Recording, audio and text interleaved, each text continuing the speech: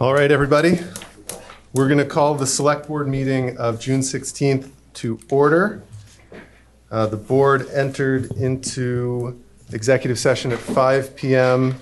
and no decisions were made, and then we had committee interviews at 5:35 p.m. John, was the meeting properly warned? Yes, Oscar, it was. Thank you. Board members, are there any adjustments to the agenda? Seeing none. Chair's remarks. I have a few announcements. Let's see. The town, the DBA, and Amtrak will be hosting a ribbon-cutting ceremony for the new Amtrak station on Wednesday, June 24th. Please join us from 11:30 a.m. to 1 p.m. as we celebrate this incredible investment in our community. Parking at the Depot Street lot will be limited during the event, so please plan to park elsewhere.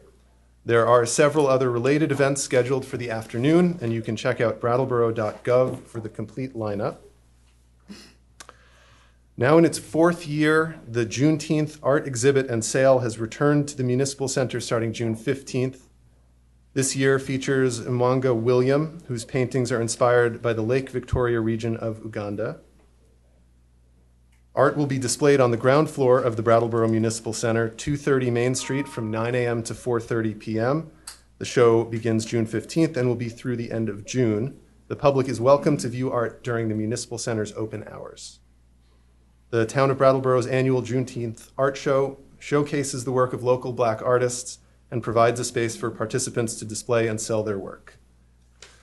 The EMS working group, which is Nell and me, had our second and probably final meeting yesterday, June 15th, and we will be reporting back to the Select Board as a whole on July 7th, which is our next meeting after today's.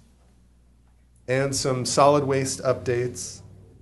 Starting Monday, July 6th, recycling pickup will change from weekly to every other week. Your recycling will be picked up on the same day that your trash is currently picked up.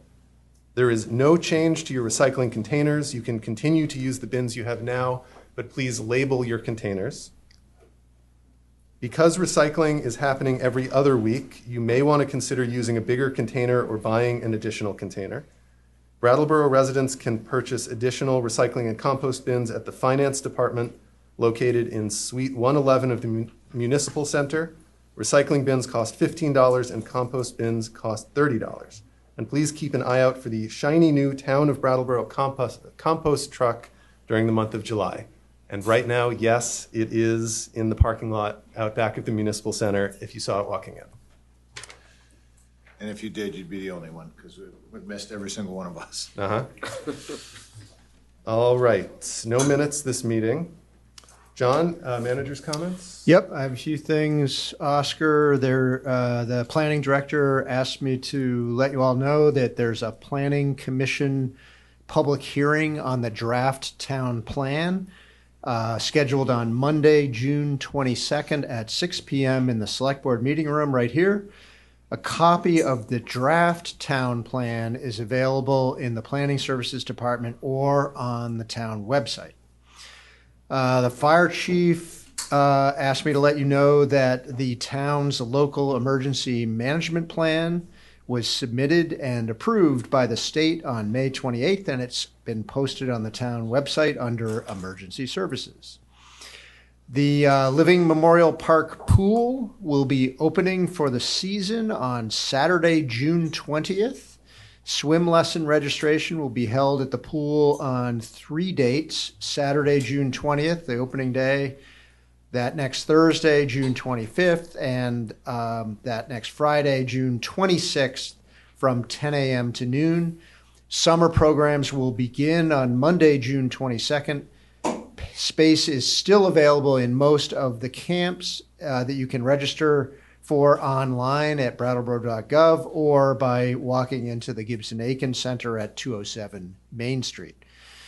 Town clerk asked me to announce that ballots for the August 11th state primary elections will be mailed out towards the end of this month to those who requested them. If anyone would like a ballot mailed, they can request it through their voter portal at https://vote.vermont.gov or call or email the town clerk's office. Due to postal service constraints, the Secretary of State's office is recommending requesting a mailed absentee ballot as soon as possible and certainly before July 31st to be safe. Please make sure to follow the instructions sent when your ballot gets mailed, when you're voting and returning them. The town has reposted the library director position, and we are actively accepting applications at this time. And we have completed initial screenings for the finance director applicants and are currently interviewing candidates for a potential placement in that position, which is budgeted starting July 1st.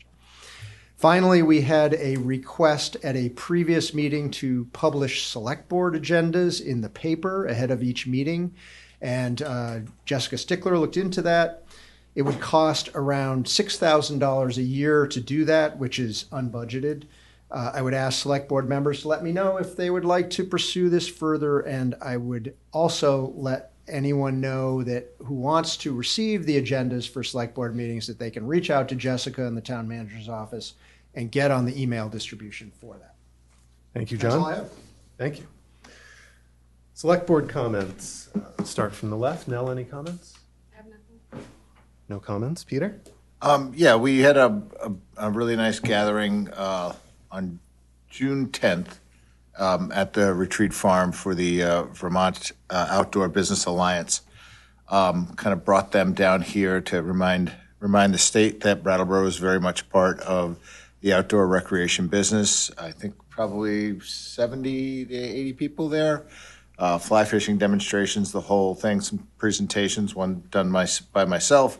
But it was a good, successful day, really nice networking, and got a lot of good information about what other people are doing and how we can repurpose some of those ideas for this community. So just wanted to let folks know that happened. Thanks, Peter. Amanda?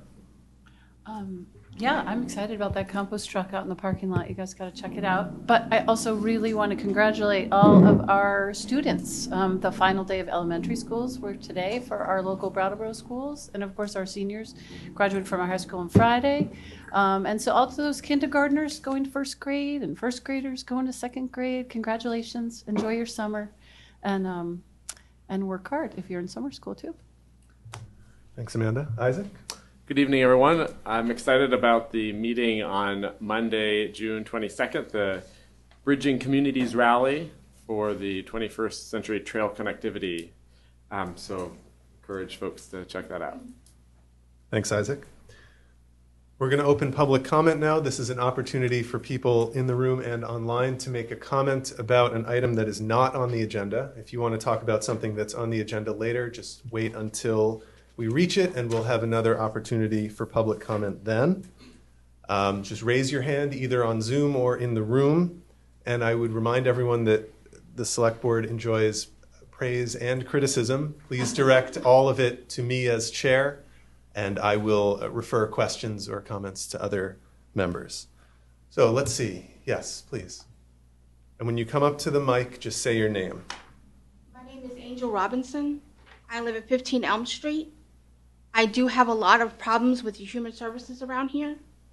We do need a signature keypad installed in your programs to see exactly what services are being implemented.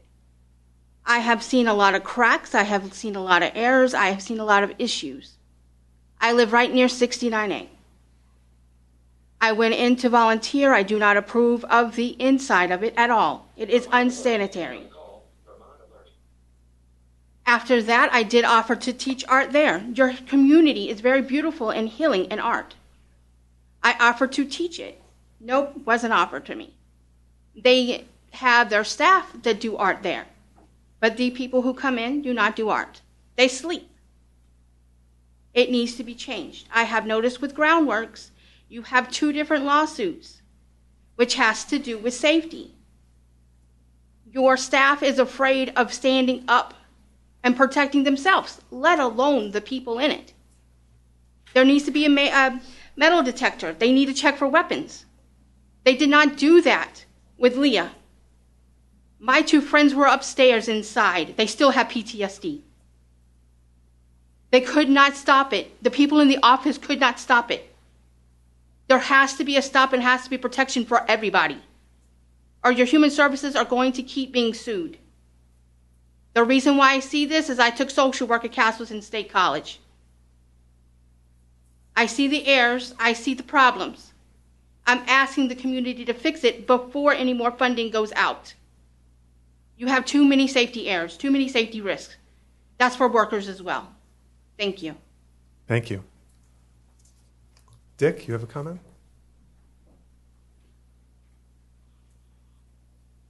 Thank you, Mr. Chairman. Dick DeGray.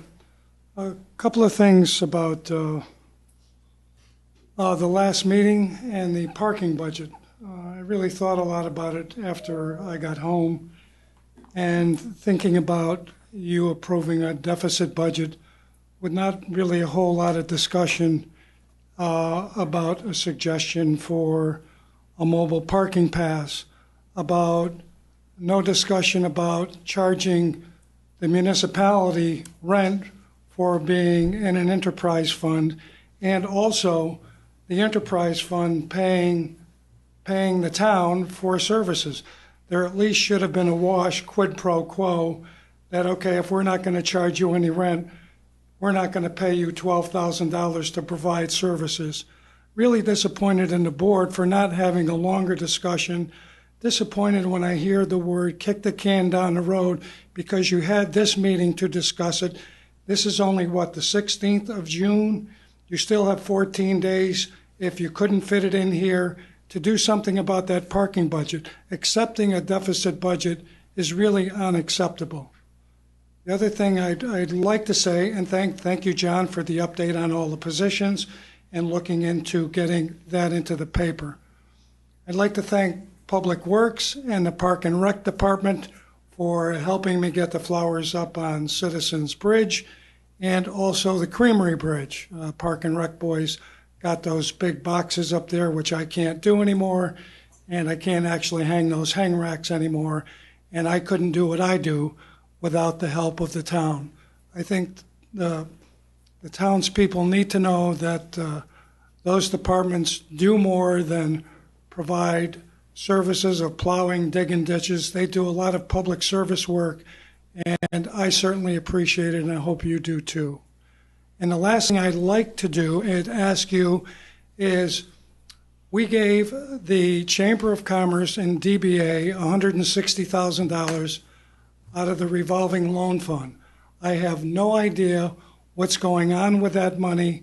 I would certainly like to have an update as to see how that money's being spent, and if it is being spent, and what are the benefits of spending that money for looking into certainly improving the situation downtown, which I think is in dire need of attention. So I'd like to get that on the agenda to get an update on that. That's a lot of money, and I haven't heard anything about it. Thank you very much. Thanks, Dick. I've put that in my notes. Kate?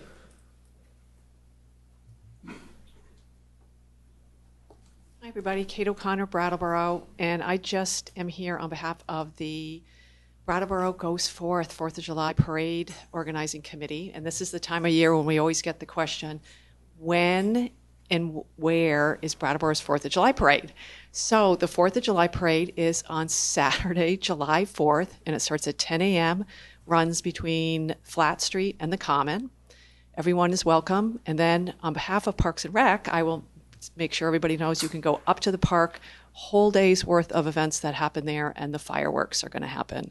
So we hope you'll join us from 10 a.m. to 10 p.m. Thank you. Thank you, Kate. Okay, Seth?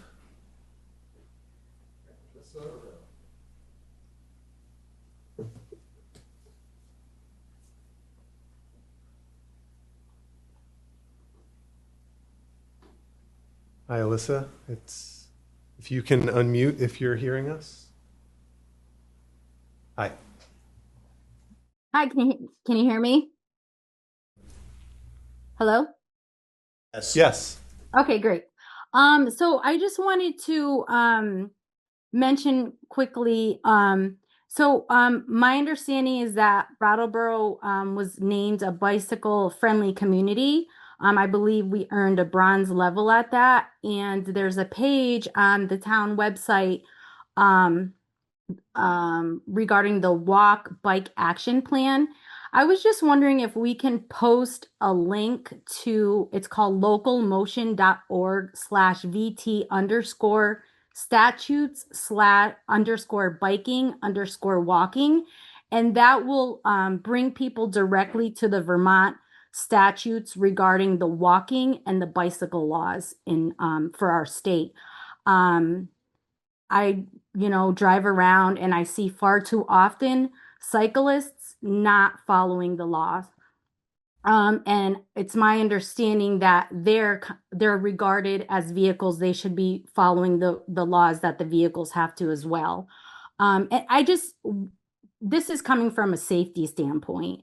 I just seen a lot of close calls, and maybe if we were able to post that link on that page on the website, people would be like, oh, let me check out these laws or something. I just want to, try to give people easy access to better understand what those laws are, and hopefully, potentially avoid a serious situation if people do decide to educate themselves about those laws. Great, thank you. I think we'll look into that. Yes, Ken.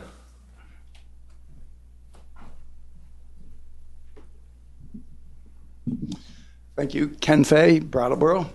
I'd like to make a comment regarding EMS. I had the service the other day. I fell, got a big black eye. Great service, took me to the hospital. But in terms of the billing, it's very interesting because I got a bill from the hospital, and unfortunately, I don't make enough, or to pay.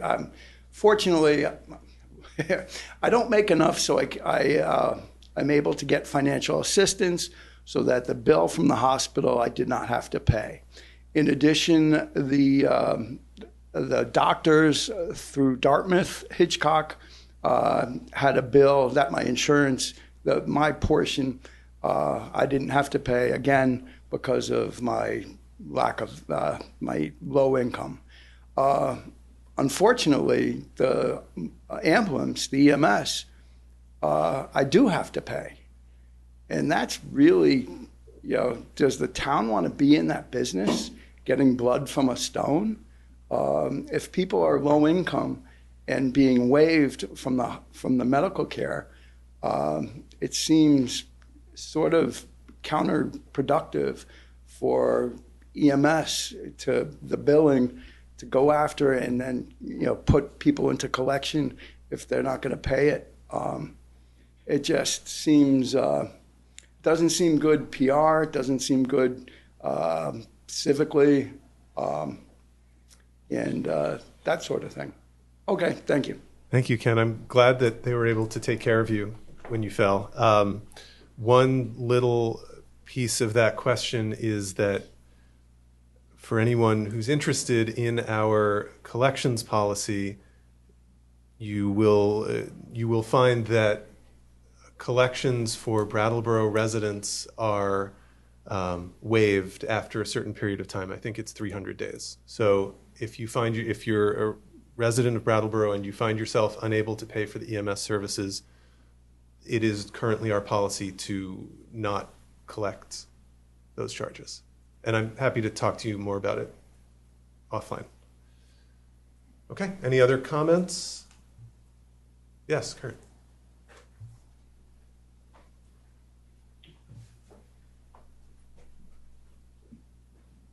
Hello, everybody. I'm Kurt Dimes from District 8. I work with Brattleboro Common Sense. I'd like to make 2 comments.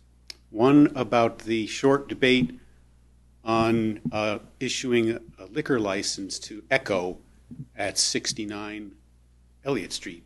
A couple months ago, it was on your agenda as part of the consent agenda. And Isaac smartly moved to have it off the consent agenda for the sake of a closer scrutiny. And no one else on the board supported this.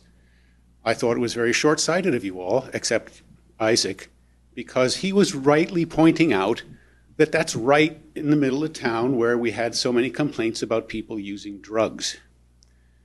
And he was the only one of you that made the connection. We all like to say alcohol is a drug, right? But he applied that knowledge, and he wanted you all to take a look at it. Why should we be promoting more liquor sales right where, liquor sales, you might as well say drug sales, right where everyone's already complaining about all the drugs?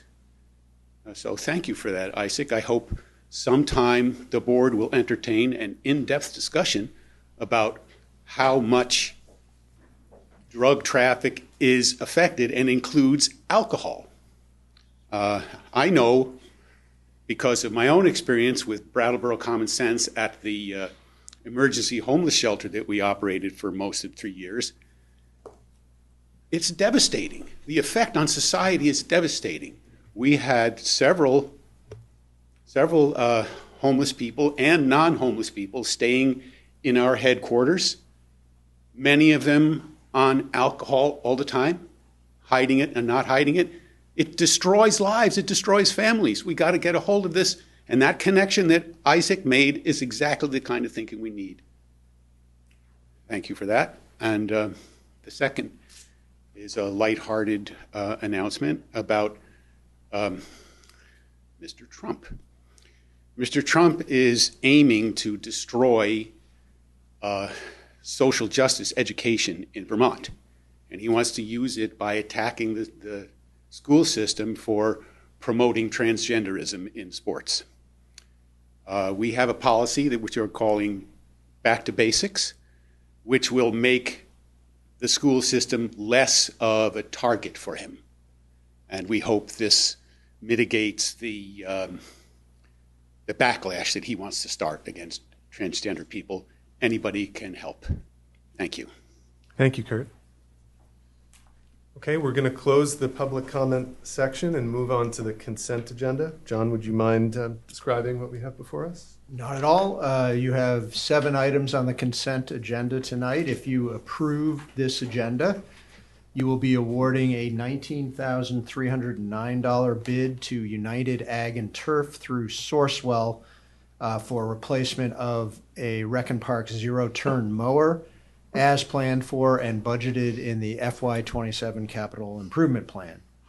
You'll be approving 4 parade permits: the Brattleboro Goes Forth 4th of July parade up Main Street, the Red Clover Rovers Firecracker Road Race from Living Memorial Park to the Common, the Cornguth's Soapbox Derby to be held at the Exit 1 Industrial Park on Sunday, August 9th, and the Brattleboro Buddy Walk to be held on October 10th in the vicinity of the Common.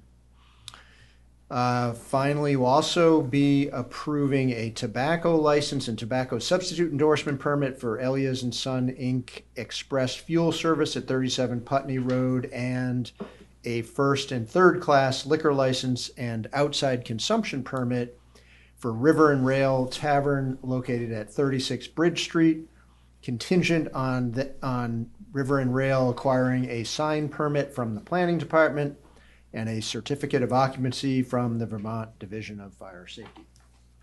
Thank you, John. Does anyone wish to remove an item from the consent agenda? Not seeing any. Board, all in favor of approving the consent? I'll make the motion to accept the consent agenda as presented. That's a great idea. Thank you. Thank you. Peter has moved to accept the consent agenda as presented. All in favor, please say aye. Aye. That's 5-0. Motion carries. Okay, we'll move ahead to regular business. First up is the FY27 utility budget. And we have DPW Director Dan Tyler with us tonight to present the FY27 utility budget, being joined by Pete Lynch, the Assistant DPW Director. Welcome, both of you. Thank you. Good evening. Take it away.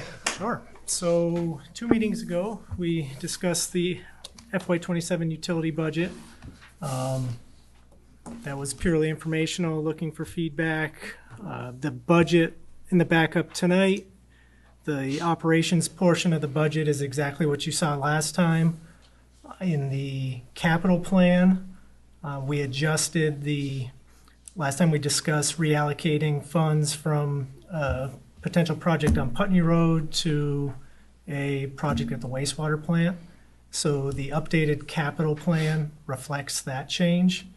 And while making that change, it was noticed that in the carryover column of the capital, the Excel formula wasn't adding all of the cells.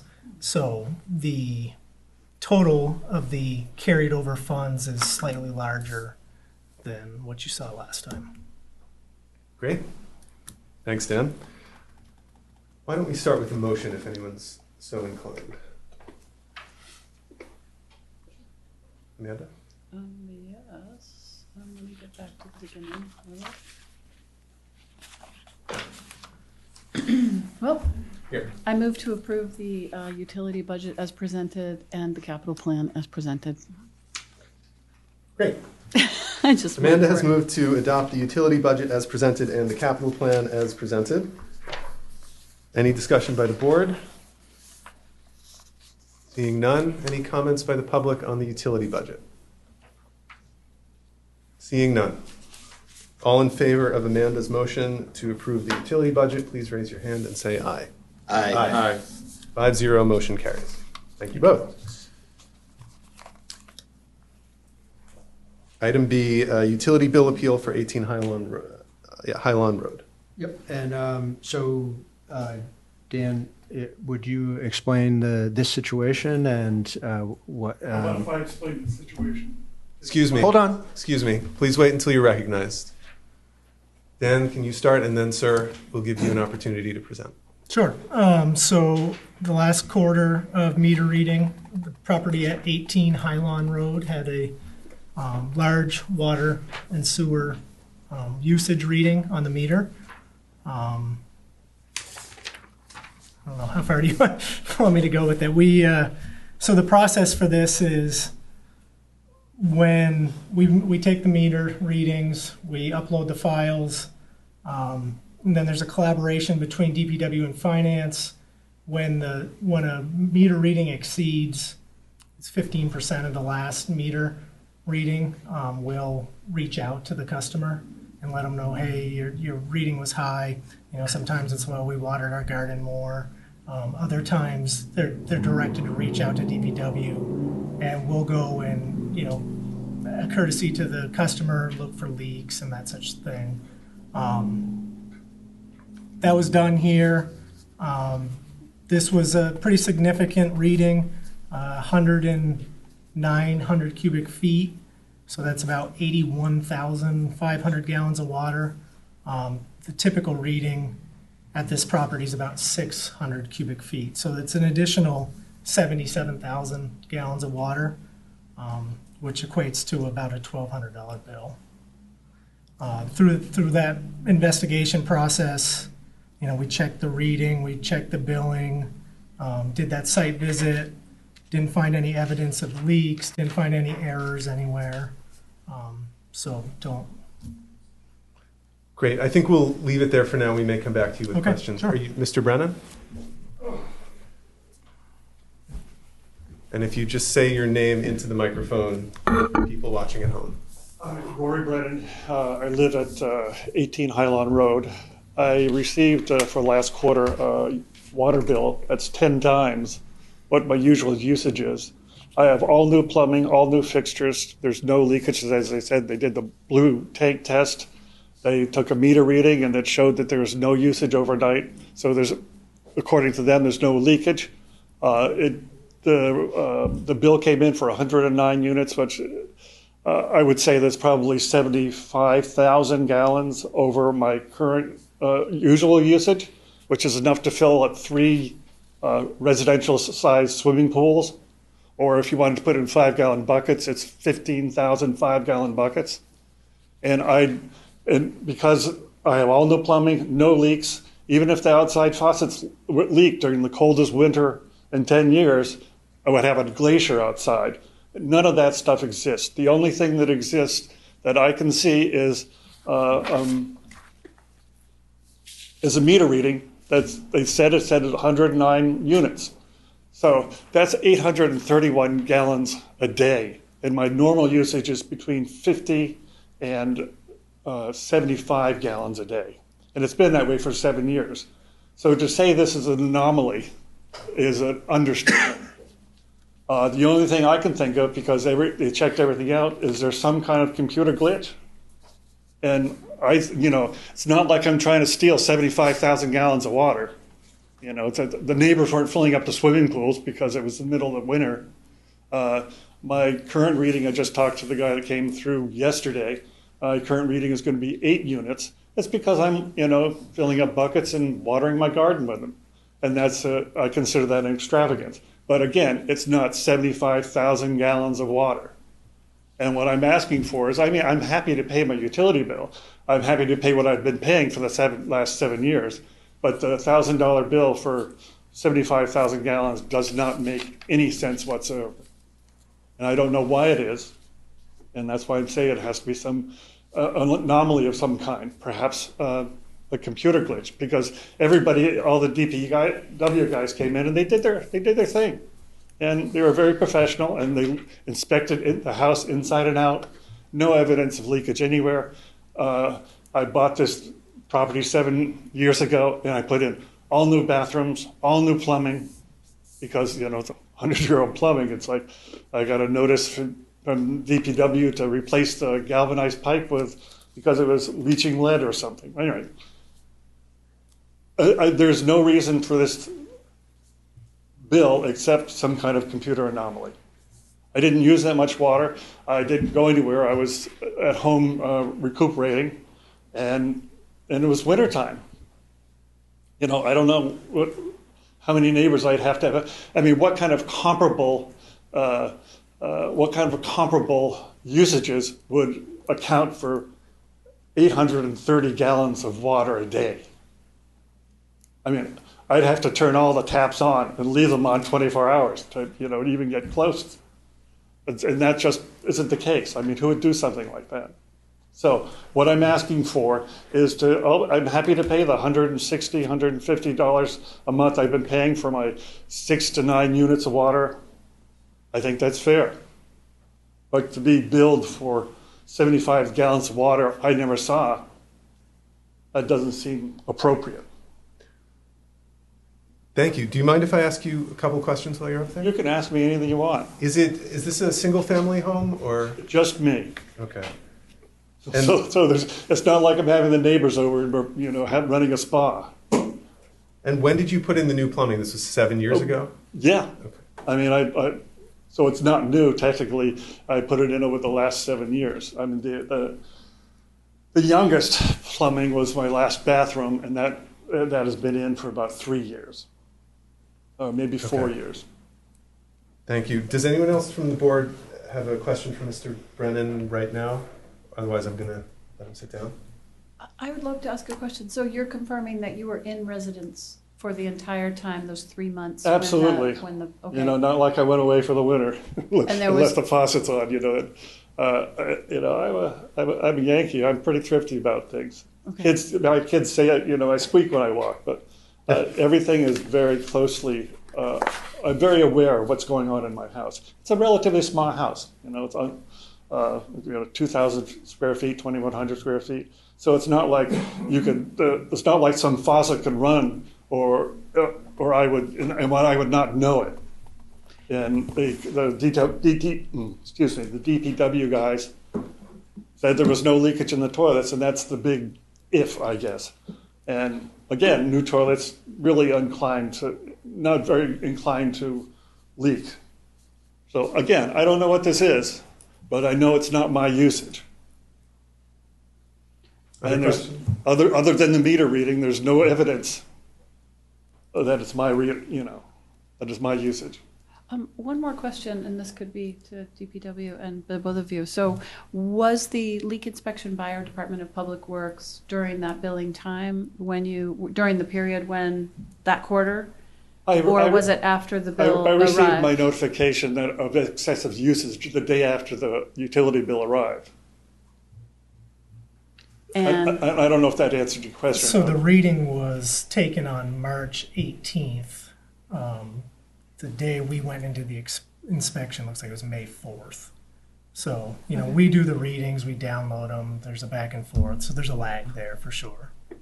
was a repair made between March and May when our Department of Public Works went in to inspect? There was no repair that you did?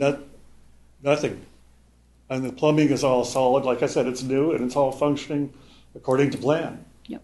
Cool. You know, Thank sinks, dishwashers, washing machines. Yep. Thank you. Again, everything, all the plumbing that was there was either between 40 and 100 years old. So it all got wiped out, and I did that with the plumbing, the electrics, the structural aspects of it. It's an old house. I went over the whole thing because I wanted to live there for a while. Mm-hmm. Thank you. So let's Peter. yes, let's make sure we do all our questions for Mr. Brennan first, then we can let him sit down and discuss. Sure. So please. So since getting this larger bill, you've been billed, what, a couple more times? No. What I did when I got the bill, I said, I averaged the last 3 water bills I had, averaged them together, and I went to the town offices and I said, okay, I'm going to pay this. I'm going to pay this amount, the average amount, because I'm not trying to evade my water usage. I'm not trying to steal water. Right. I'm just disputing the fact that I use 75,000 gallons. Well, I think so what I'm saying is I went, it was a January, February, March bill, and I paid a standard, my usual fee for that stuff, for that utility. And I guess the point to my question is, does your usage continue to run like that, or is it? Well, like I said, back to a normal range, not this additional 77,000. Last usage they had, the guy came by yesterday, I think it was. What a great job walking around in the sunshine, I bet in March it was freezing rain, but that's completely different. Now and I asked him how much was it. He said 8 units. So that falls between the 6 to 9 units of standard usage. Thank you. Any other questions for Mr. Brennan? Okay, thank you. I do have some questions.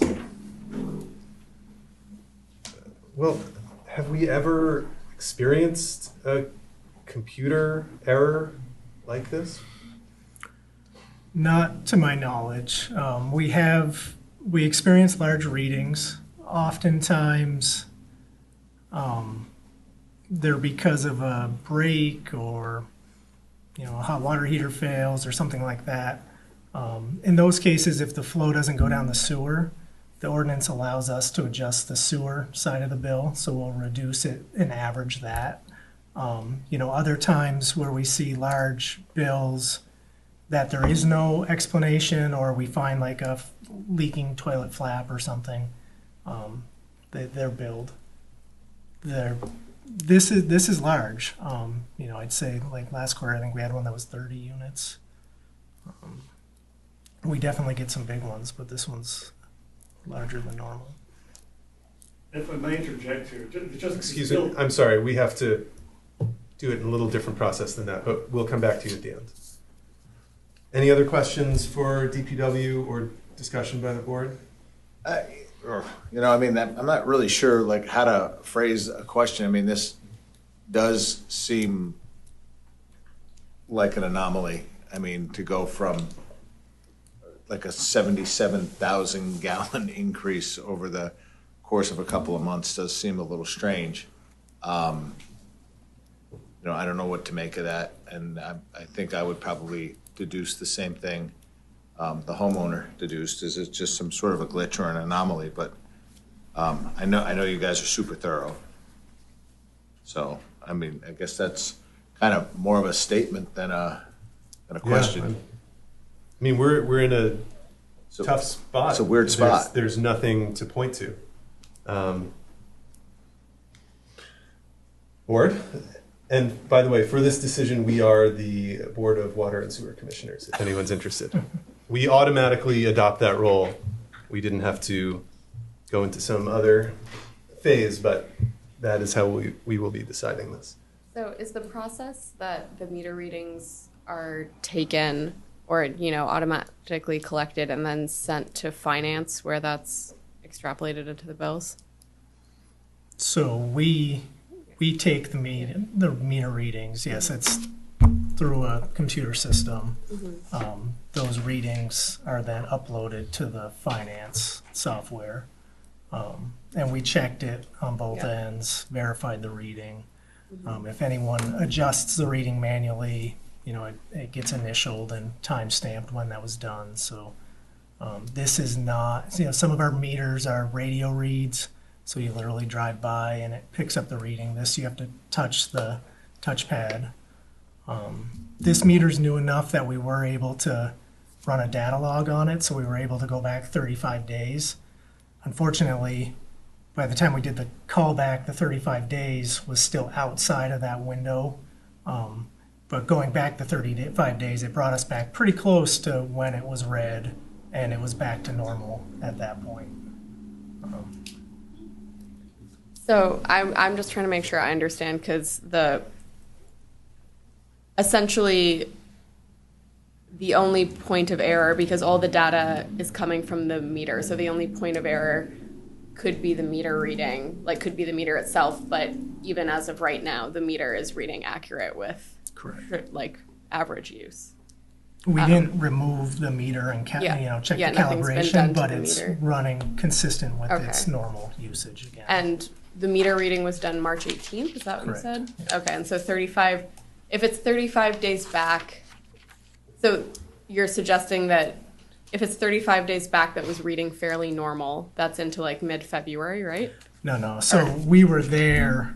So it was read March 18th, but it was, say, 40 days later when we went. So May 4th, yes. So that's when you looked 35 days back. Right. Okay. Right. Okay. Yeah? I have a question. Yes, please. So in terms of the sewage bill, you mentioned that's tied to the water bills, and in some situations like this, you might reduce the sewage bill to be what it normally is for the if the water doesn't go down the drain. So if you had a broken pipe in your basement and it leaked on the floor, we'd say, okay, that portion didn't go down the drain, so we would adjust your sewer. And so the sewer bill was unusually high for this? They're based off the same meter reading. Okay, so in this case, the request is for a reduction in both the sewer and the water. Correct. And from our end, if it goes down the drain, whether it's clean water or not, we have to treat it through the wastewater plant. So. One more question on my end. So this was for an entire quarter, and if the usage was real and had been happening since January 1st, how soon do you think we would have triggered a high usage warning? If all of a sudden on January 1st, the household just started using 10 times as much water, do you think within a couple weeks it would flag a... No, because we don't have any instantaneous data. Okay. It's when we read, so it's every 3 months we get a reading. That's when we see it. Okay, so there's only one reading per quarter. Correct. So that doesn't give any clues. Okay. Well, it's difficult, and I don't really know that we will ever get more information than we have at this moment. I can make a motion. Please. Okay. I have one more question. Oh, sorry. Is that all right? Well, I was just curious, I guess kind of off of Isaac's point, because essentially what's being said here is DPW, it's not apparent where a leak would have occurred in the house. Rory is saying that he has no idea where that leak could have occurred. A few things were put in the backups of what the possible causes would be. So for example, a toilet running, obviously that's going into sewer. An outdoor spigot, is that going into sewer because it's runoff? No. Okay. Because to me, if it's essentially if there is a question of saying nobody knows what this water usage was, then we don't really know that it went to sewer. For me, that's a point of consideration. Amanda, back to you. Yeah. So I move to determine that the increased water usage on this property was an anomaly and to reduce the utility bill to its typical usage and billing amount, subject to the cost of DPW visits and support. That's my motion. Okay. Does that make sense? It does. Do you happen to have it written down?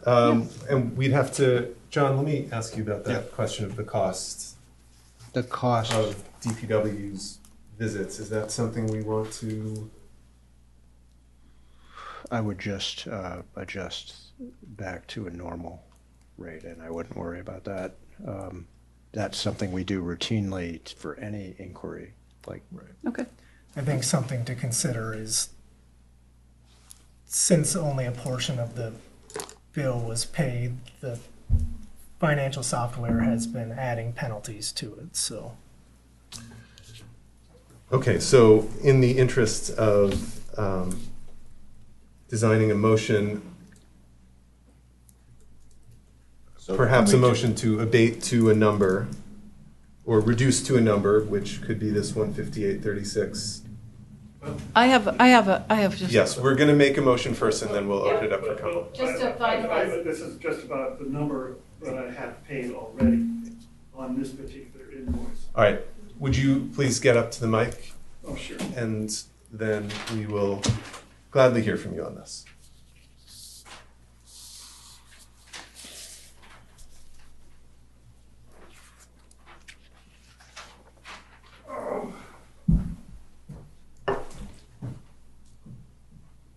Okay, Rory Brennan again.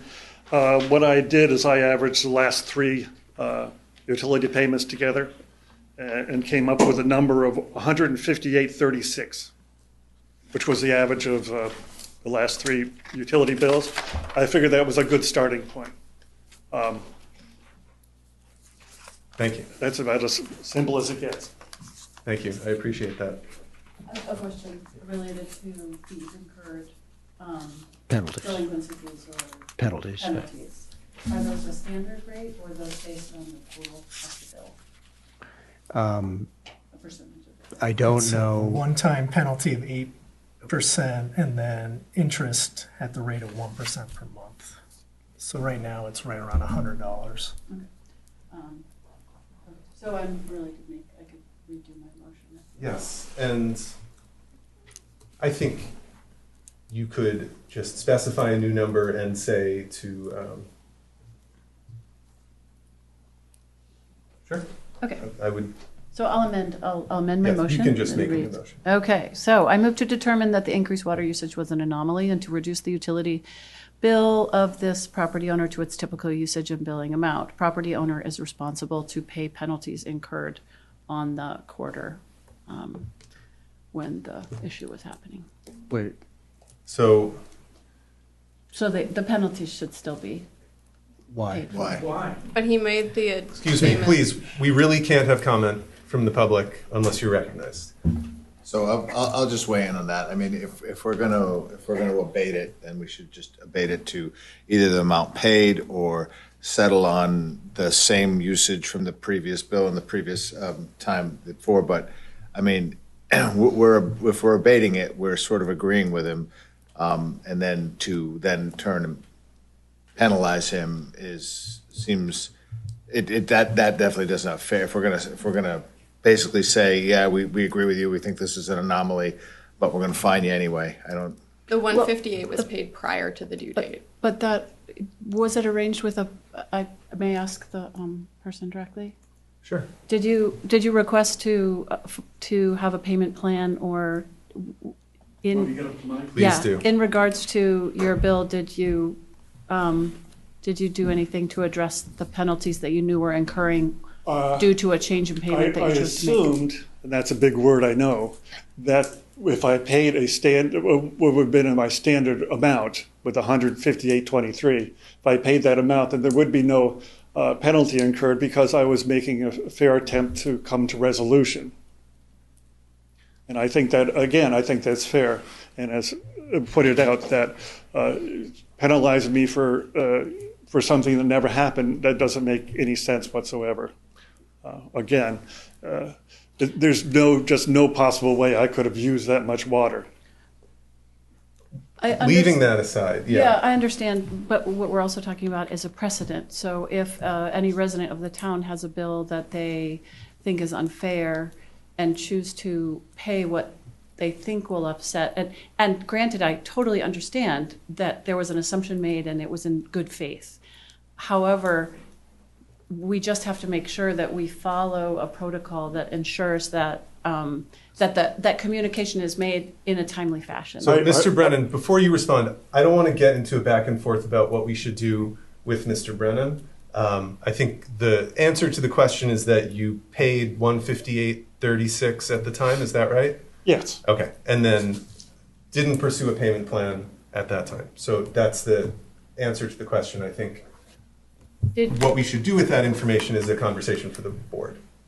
I don't want to put Mr. Brennan on the spot of being part of the discussion. Well, if I can make a comment here, that in terms of making a, pardon me? One more comment, yes. It's. I think I have proved, just in terms of numbers, that, and you apparently agreed, that it's an anomaly. So it's hardly a precedented thing. If somebody else has a high reading and they can prove that it's not usage, which I did, or there's a huge question, I think that's a fair point. And it's not a precedent that everybody's going to become running because they have a huge bill. And that doesn't track. I mean, those points don't belong together. Thank you, Mr. I actually Brennan. have a question. Yes, Sorry. no, that's okay. Do you recall when you made that payment? I see it was prior. Excuse me? Do you recall when you made the payment? I see it was prior to the May 15th date. But as soon as I received my bill and I saw it was almost a $1,200 bill, I went in and I said, this makes no sense whatsoever. And you did speak to someone at finance. Yeah, and I said, Okay. and they said, well, we sent out a high water usage thing. I said, yeah, well, I heard you received it one day after the bill. I remember that. So I said, okay, let's start the process. I am not trying to evade my utility bill. Since it's the real question of how much usage there was, let's average these together, and that'll be a good starting point. If I owe it a little bit more, or you guys want to credit me a little bit more, that's, we could work that out, because it's going to be the matter of, $20, $30. So what I wanted to confirm was that he did speak to someone at finance. I was curious about the actual date. It sounds like it was earlier, because if it had been later in May, like after the leak, I hear you. I can give you the exact date if you want. I got a copy No, of it's the okay, check. but it sounds like it was earlier. Yes. Right after you received the bill. Again, I'm not trying to evade the bill Nobody's at all. suggesting that you are. I'm trying to get information, and that's the question I had, so thank you. Thank you, Mr. Brennan. Yeah, we're going to talk amongst the board. So I'm going to structure this a little. Amanda has essentially made a motion to adjust the amount to $158.36, but to include the penalties. If the board wishes, someone could suggest a friendly amendment. I'll suggest a friendly amendment. I think the info, and I'll suggest, then I want to speak to it. I will suggest that we remove the penalty from Amanda's amendment, and I'm going to speak to that because I think that the homeowner has made a phone call, paid what he felt he really actually owed in time and in good faith, and I have to admit, I don't know that my reactions would be much different if all of a sudden I received a $1,200 bill after being accustomed to paying a $150 bill. I would think that was strange. I would, of course, if there was a leak, and it was on me, then I'd figure it out. But it doesn't seem to be the case. So I'm comfortable with abating the bill to the $158.36. And amending it to remove the penalty. Okay, so this is suggested as a friendly amendment. The board would have to accept the amendment by consensus, otherwise we can vote. Do we have unanimous consent That's to fine. Peter's amendment? Yes. Great. Yes. Okay, so the motion on the floor now is to, to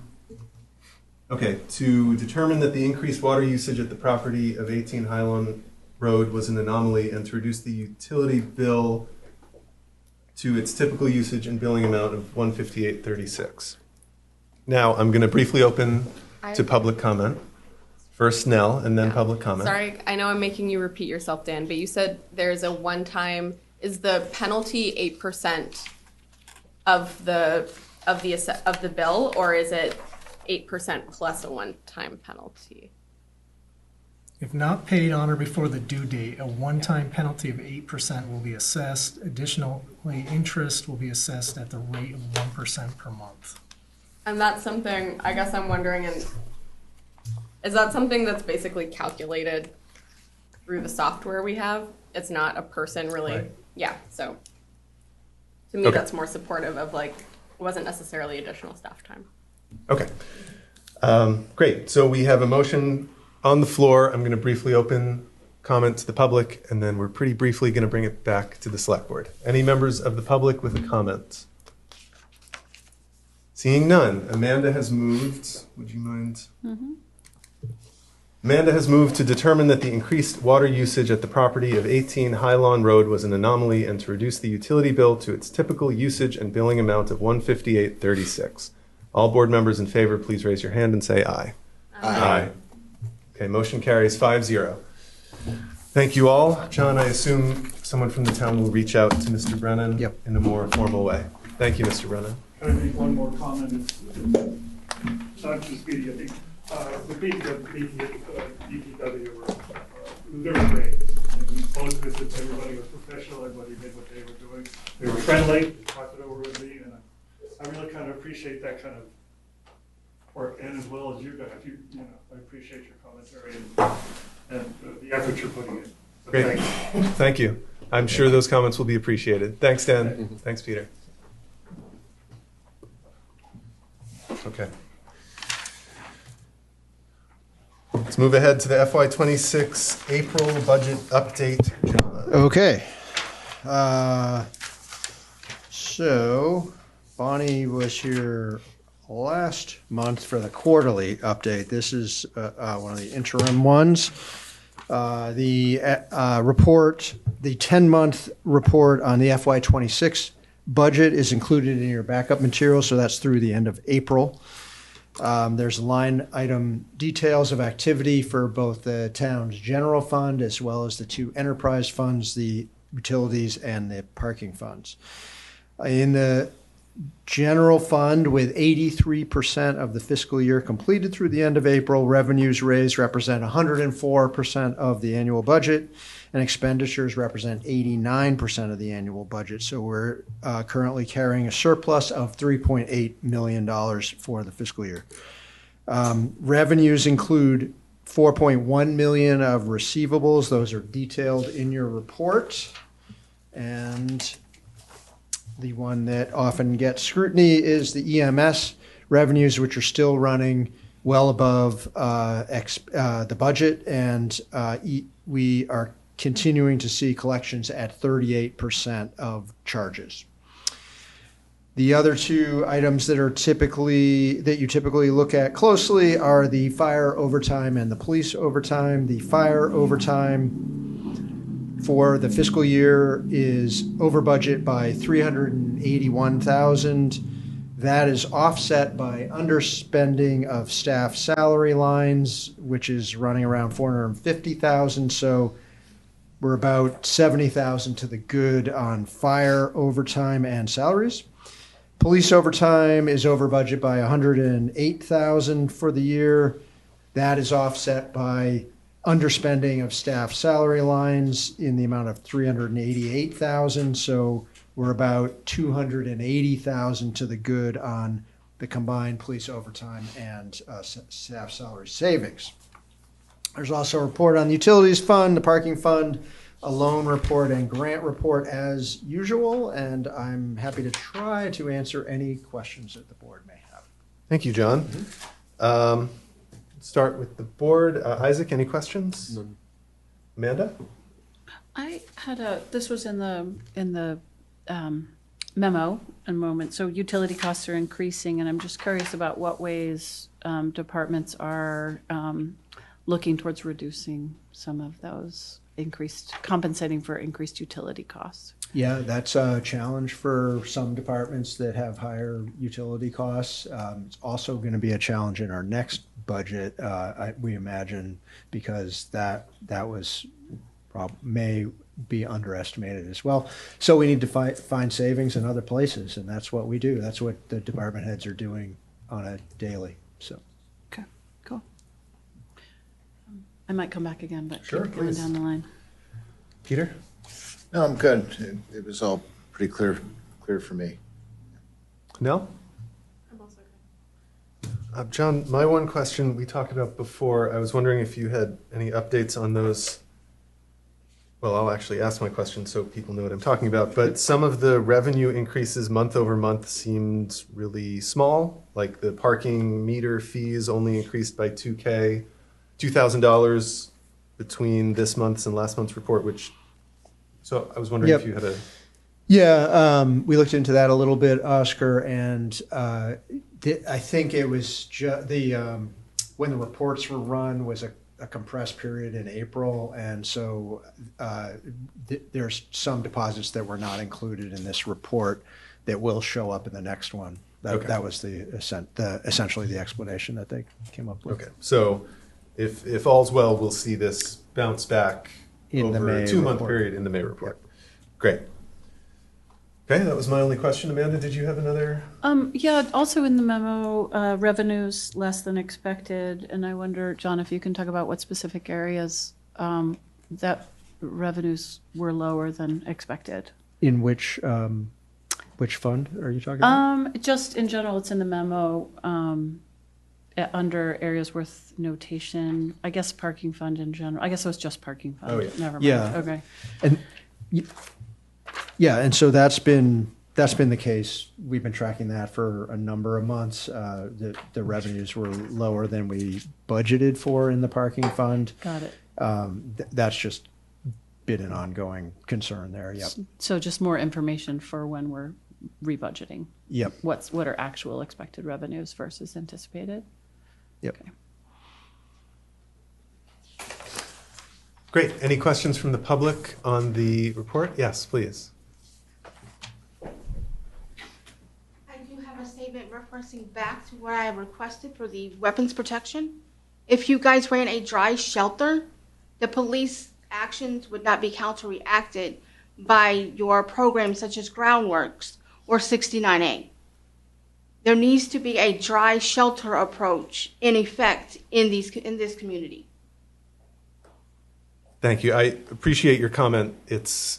I'm going to have to rule it a little off topic for the monthly finance report, but I appreciate your comment. Any other questions from the public? Dick?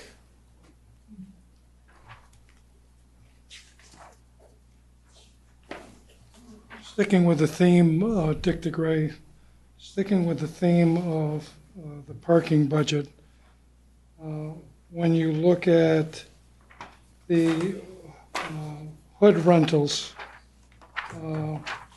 and I don't remember what it is for the proposed budget, but I mean, that's $3,700 under the budgeted amount.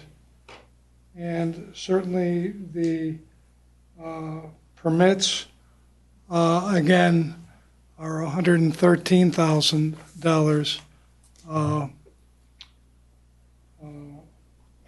shy of its goal, and I certainly don't think it's going to get anywhere near. I don't know when that quarter for the new permits starts. As I had suggested 2 weeks ago, maybe lowering the price point will get you more revenue. I think you strongly have to consider that. We used to have a business where we sold things, and if we couldn't sell it at one price point, you had to reduce the price point and you'd sell it. saying I'll play these and coming up short and having a deficit in your budget, I don't think that works. And I think until you realize that you need to make some changes to generate more revenue, we're going to continue to have problems in an enterprise fund, which normally makes money, and ours over the past several years has not. Thank you. Thanks, Dick. Any other public comments on the monthly financials? Okay. Seeing none, there's no motion required, so we are going to move ahead. All right. To the select board priorities, which is a following on from our retreat. Yep. And yeah, John, will you give us the Yep. sketch? This is starts on page 82 of your backup materials, and I would invite Planning Director Sue Fillion to come to the table. Welcome, Sue. And Sue did all of the excellent work on this memo and synthesized all of your discussion and conversations at the retreat, and this was the result that we came up with, and perhaps you'd explain it a bit. Yes, Sure. Take it away, Sue. Yeah. I'll cut to the 5 priorities that that you landed on that day and go over them, as well as what we're proposing to help refine the expectations around those priorities, and then you can take it from there. So we did participate, you did participate in a voting exercise that kind of used, you had 8 votes, and your highest priority got full 8 votes. It's kind of like a ranked choice voting, 8, 7, 6, like kind of went down from there. The top priorities that were identified was creating a budget that does not exceed 4%, generating additional revenue, focusing on the need to fund road, sidewalk, and bicycle infrastructure, intentionally pursuing economic development and vitality, and investigating a stormwater utility. I just want to note that there was a little change from the day of activity in the ranking, just because there was an error in understanding the rules, and it did not change what those 5 priorities were. It did shuffle the order in which the number of points, the highest number of points. Actually, not the highest, it was some of those further down. So for refining expectations, for creating a budget that does not exceed 4%, I mean, that's pretty self-explanatory. And so you had clarified that you didn't want to see a drawdown of any reserves, and that the overall draft budget not exceed 4% estimated increase in property taxes. So, and that's pretty straightforward. Under revenue generation, so we've proposed some things to help refine what maybe could be accomplished in the year. And we did discuss this with the other department heads. So we felt to move in that direction, we could analyze staff time spent to bring in current revenues. And I just want to add that some of these were based on your discussions that day. We could identify underperforming or stagnant revenue streams, increase the tax-based activity through economic development and housing growth, bring in outside revenue sources through grant opportunities.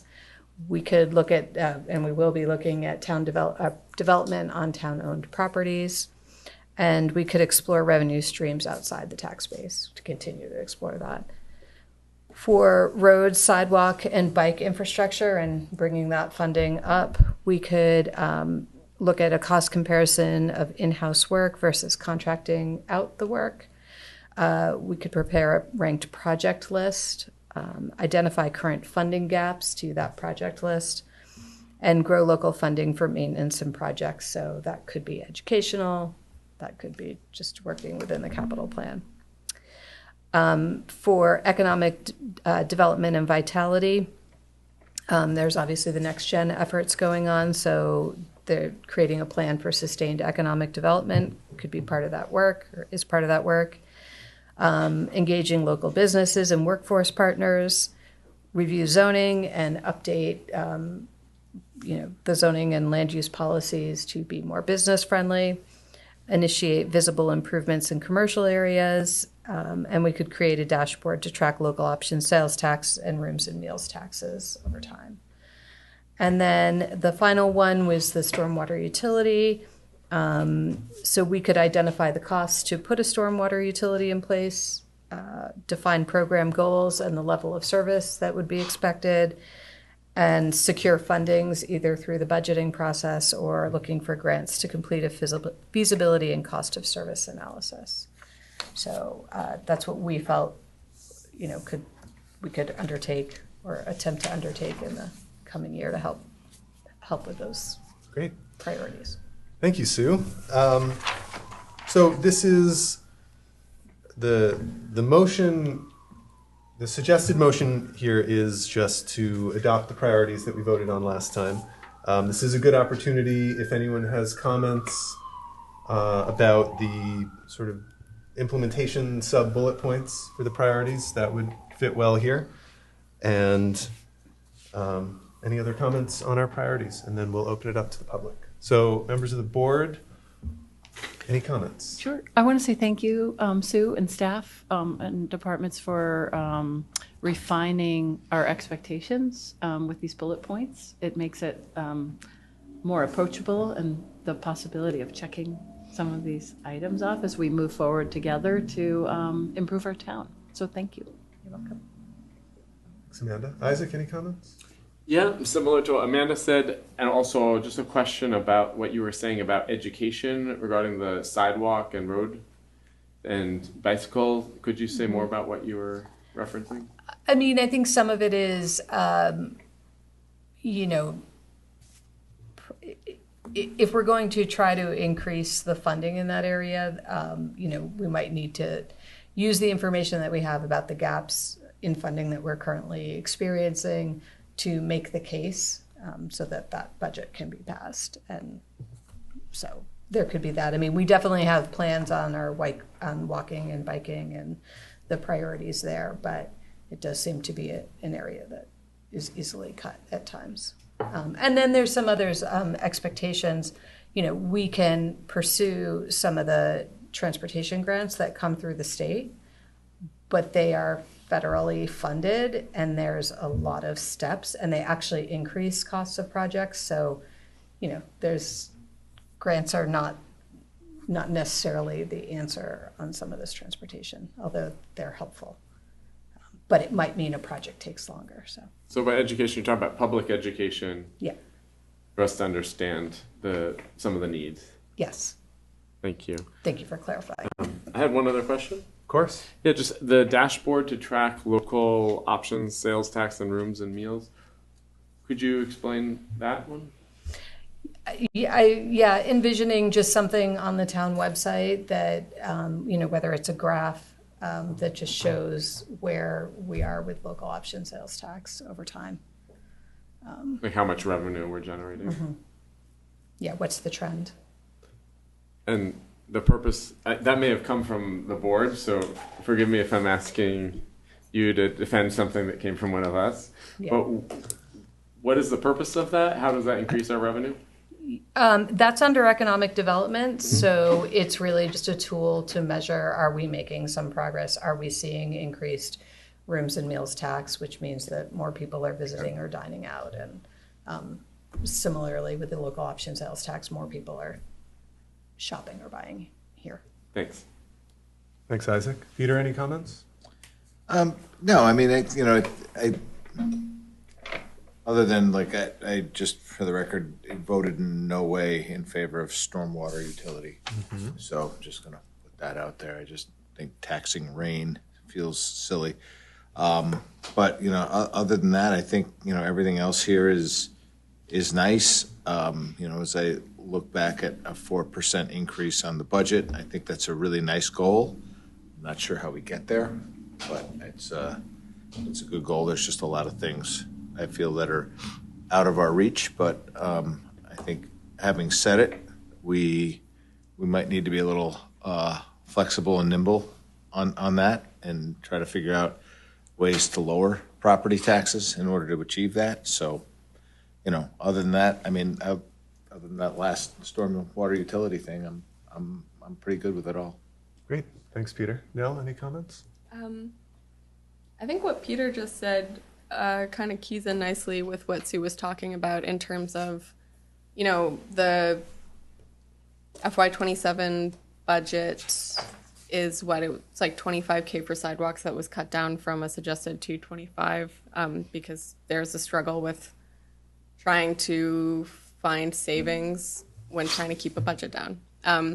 And there has been a decent amount of public feedback about a want to invest in roads.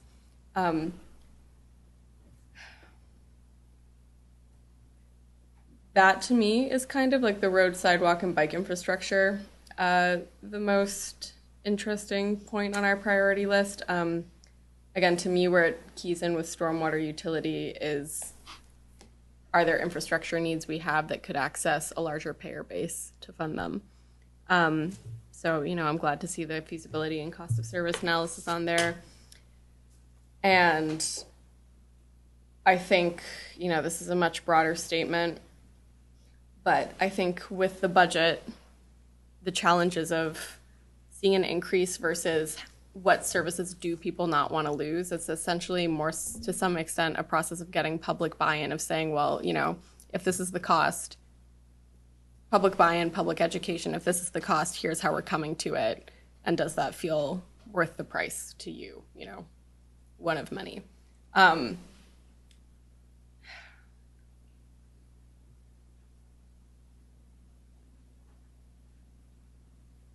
So I also think that we'll see a challenge with trying to balance investment in our infrastructure and a lean budget. But if we can have more clear communication around that, I think that might address concerns for some folks. So that's all. And I really appreciated the retreat. I appreciated your facilitation. I appreciated all the work you did to prepare for it. And I appreciated the conversation we were all able to have there. Thanks, Nell. My only comment is that I think this was a good exercise. I'm happy with these priorities. I think people listening to this and reading this memo should take them as what they are, which is a pretty high-level group voting exercise, brainstorming exercise. We will do many things this year that are not on this list. There are things on this list that we may change or feel differently about. But I think it's a good distillation of the conversation we had, and it'll be a useful way to hold ourselves accountable. And if anyone wants to play a fun game, all the votes are listed in the packet, anonymized, and you can try and guess which select board member did which list of priorities. Oh, that's not fair. I already gave away one of them. Well, that's part of the game, the clues and the, yeah. Okay. Do you want a motion? Yes, I would like a motion. Would anyone, a board member, care to make one? So do we want to just accept these as presented? Is that the kind of a motion we're looking for, or is there? That way would be fine. There's a written out one if you like, but that would work as well. Okay, all right. I'll motion to adopt the following 2026-2028 Select Board priorities. 1, to create a budget that does not exceed 4%. 2, generate additional revenue. 3, focus on the need to fund road, sidewalk, and bicycle infrastructure. 4, intentionally pursue economic development and vitality. And 5, investigate a storm water utility. Okay, Peter has made a motion. I'm going to open it up to public comment. Are there members of the public with comments or questions? Kate and then Dick.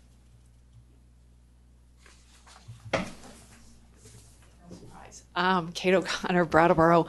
First of all, I watched the whole thing, and I really appreciated it. It took me 2 days, so I appreciate the fact that you folks had I appreciate that you folks did it in 1 day. And I do appreciate all the thought and the discussions and everything that went on. So I first of all want to say that. I really appreciated it. I also appreciate that the FY28 budget actually came on top this year. Budget came on top. And I glad that you're shooting for something. I think it's better to shoot for something than come in and have a 20% tax increase and everyone's head explodes. Saying that, I'm also not happy, or I'm unhappy that our overall town finances isn't a piece of this, because I think everybody's missing the point. It's not just about the budget, it's about our overall town finances. And the second bullet illustrates that I think everybody's missed the point. You say no drawdown of reserves. We don't have any reserves. We drew down our reserves, our unassigned fund balance, in September 2024, 2 years ago. And it's never been talked about. It wasn't talked about then on what to do about it, and it hasn't been talked about to this day. So I think you're missing, the bigger point is not only do we need a budget that's affordable for people, but we have to get our fiscal house in order. And I know I say this all the time, and I'll be dragged out of here someday still saying the same thing, because our unassigned fund balances, there are no reserves. And I think someday you need to have a conversation, just an update on the special project fund that the select board started in, I think, January of 2024. We've heard nothing about that. How much money's left in it, if anything? We don't know. We need a report on the revolving loan fund. We've never heard a closeout on what the police station cost, how much is left in the revolving loan fund, and what's your plan? So basically, I do want to say thank you. I want to say I'm glad about the budget, but you're missing the overall point of somebody needs to take control of the overall fiscal health of this town, because it's still out of control. So thank you. Thank you, Kate. I share your concerns. I do want to say, for the benefit of people listening, we do have a reserve. It is not at 10% like it used to be, but it is still there, and it is substantial. And Oscar, when you say 10%, can you say what? 10% of what? yes, there was a previous guideline adopted, I think, in 2012. I may be wrong about the year, but that we maintain a rainy day reserve fund of 10% of the previous year's budget. So $2 million and change, depending on the year. And some of that money has been spent. There are, yes, John might have more info. Yeah, and I would just add, for example, we just gave a report that we're running a $3.8 million surplus in this year's general fund. So I do expect that some of that can end up going to build back the reserve, which, I would take a little bit of issue of what Kate is saying, because it has been a priority of Isaac and others of you to rebuild that reserve. It was certainly discussed multiple times throughout the budget process, and we are doing our best to continue to grow that and get it back up to the 10% goal, which you have. So that's been what you've been doing, and I think you should be recognized for it. Thank you, John. And if we end this year with some kind of a surplus, we will have some happy choices to make about what to do with it. We're not going to end the year with millions of dollars in surplus. A lot of that is property tax that needs to be annualized, but yes. We'll see. Great. Dick, you also had a comment? Yes, thank you. Just to follow up on that, we don't know what we ended last year's budget with, because we don't have an audit yet. So before we wave the pom-poms, let's find out if we have a deficit from the audit report that we're waiting for 2025. I'm going to ask you as a board, because we have this list and then it kind of goes off into the abyss, and I would ask you to start putting each meeting an agenda item from your priorities list for discussion. Certainly waiting maybe until August for the budgetary one, but talking about generating additional revenue. I mean, we keep saying that, but we never have a discussion about it. I think it's important that you have created a list, but there's never any discussion here and getting the public involved.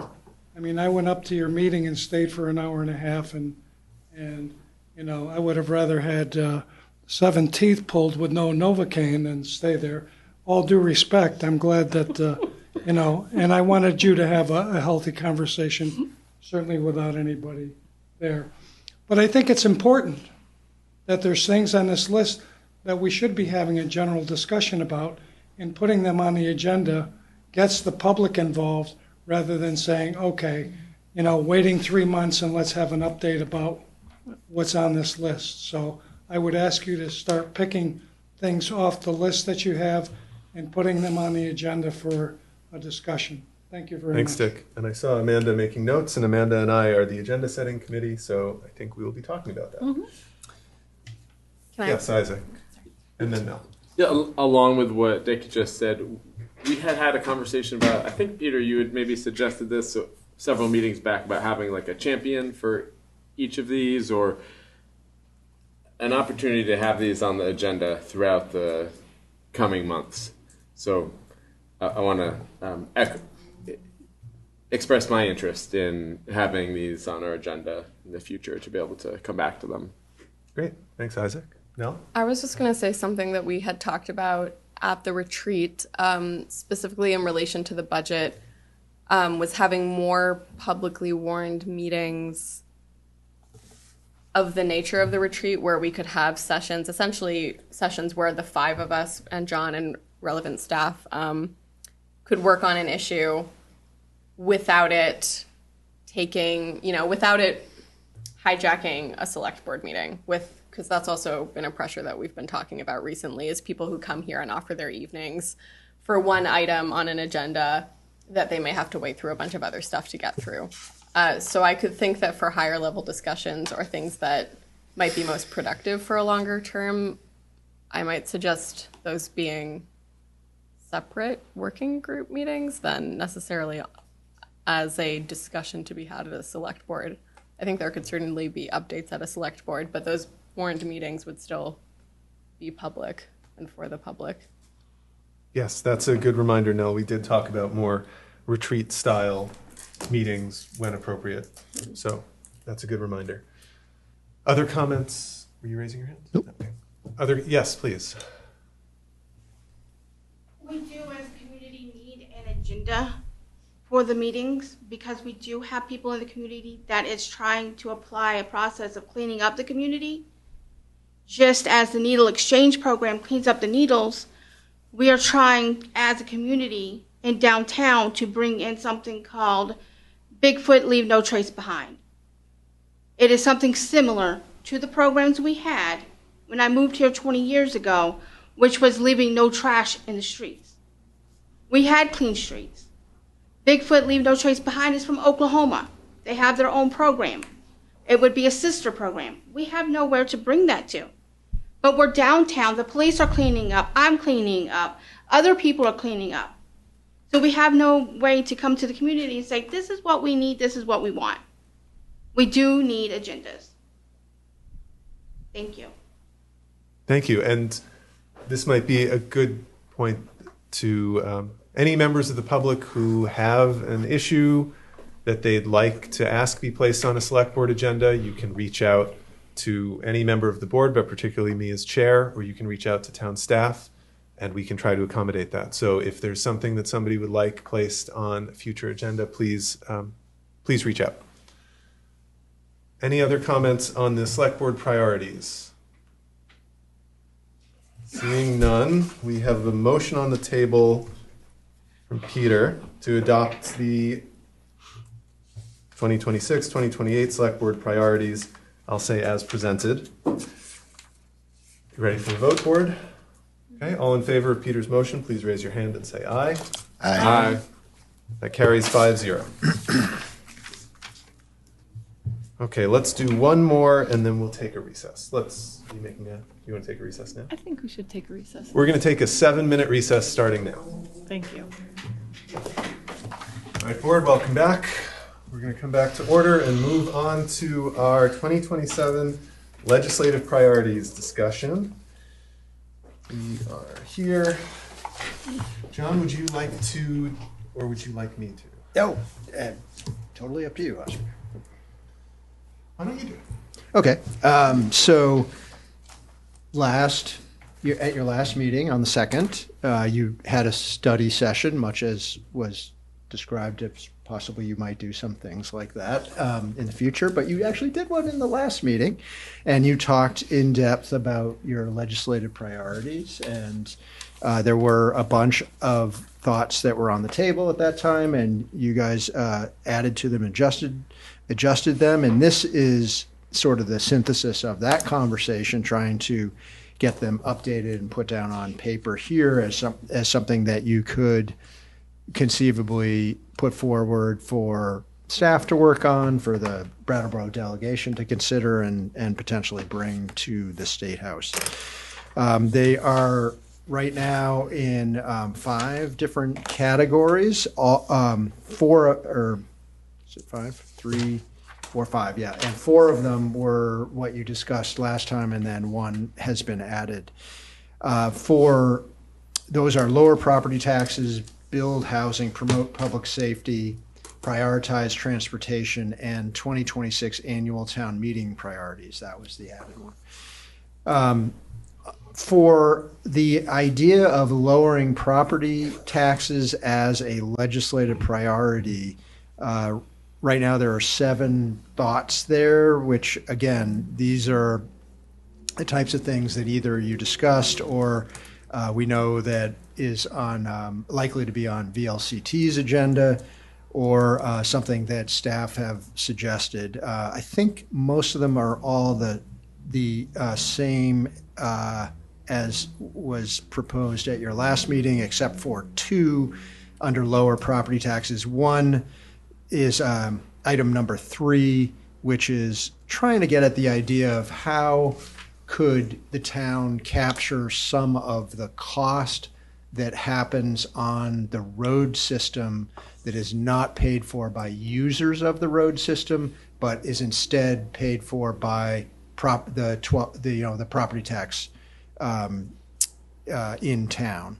And so that was attempted to kind of broaden that one out, and you had talked about not burdening residents with anything in that area. So that one was adjusted slightly, and then an additional one was added, and that's number 6.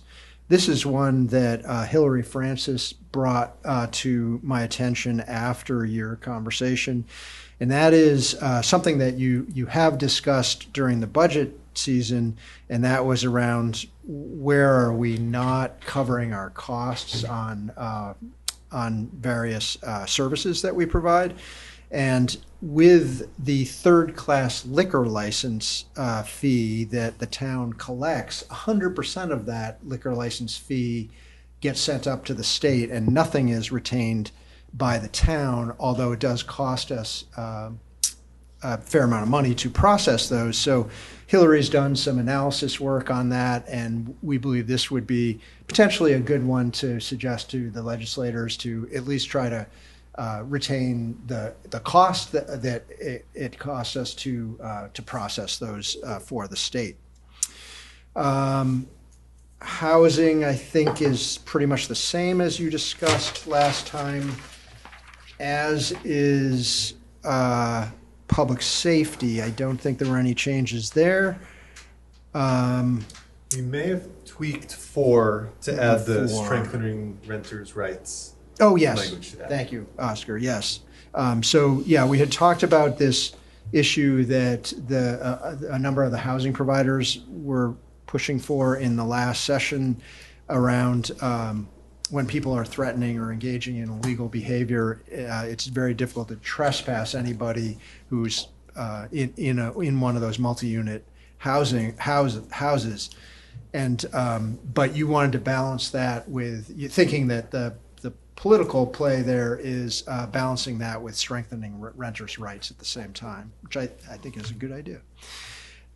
Transportation, I think there was additional focus on bike and pedestrian enhancements added to this list, but generally trying to increase the transportation fund and the amount of funds that are available other than property taxes for transportation infrastructure.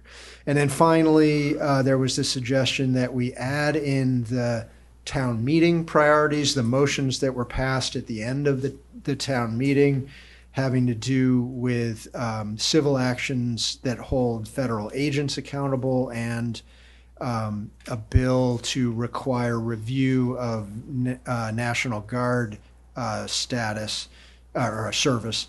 And so those were included here as potential select board priorities, and they're essentially verbatim from the motions that were passed at town meeting. And so that is what I have. I'm happy to answer any questions about these or go into further detail, whatever you require. Thanks, John. Yep. And thank you for the pretty extreme amount of reading and presenting you have to do at all these meetings. Okay, well, board, it's our legislative priorities for us to discuss. Who has comments or thoughts, including additions or subtractions from this list, but also general comments? I'll start with a general comment. I am quite satisfied with these legislative priorities, most especially the ones that address the fact that Brattleboro is a hub town, bears the burden of a lot of costs to run our municipality, and to really continue to reiterate to our state legislators and delegation that our hub community is really important to many surrounding towns, and to recognize that and support us to deliver what we deliver. I especially like the core parts of these of our legislative priorities, transportation, public safety. I appreciate the innovation in the public safety part of it, the accountability docket, and an addition of a drug court in Brattleboro. I think we would be well served with that. And with that, that's where I'll start. Thanks, Amanda. Isaac, any comments? Yeah, they look good. Thanks for incorporating the feedback from last time.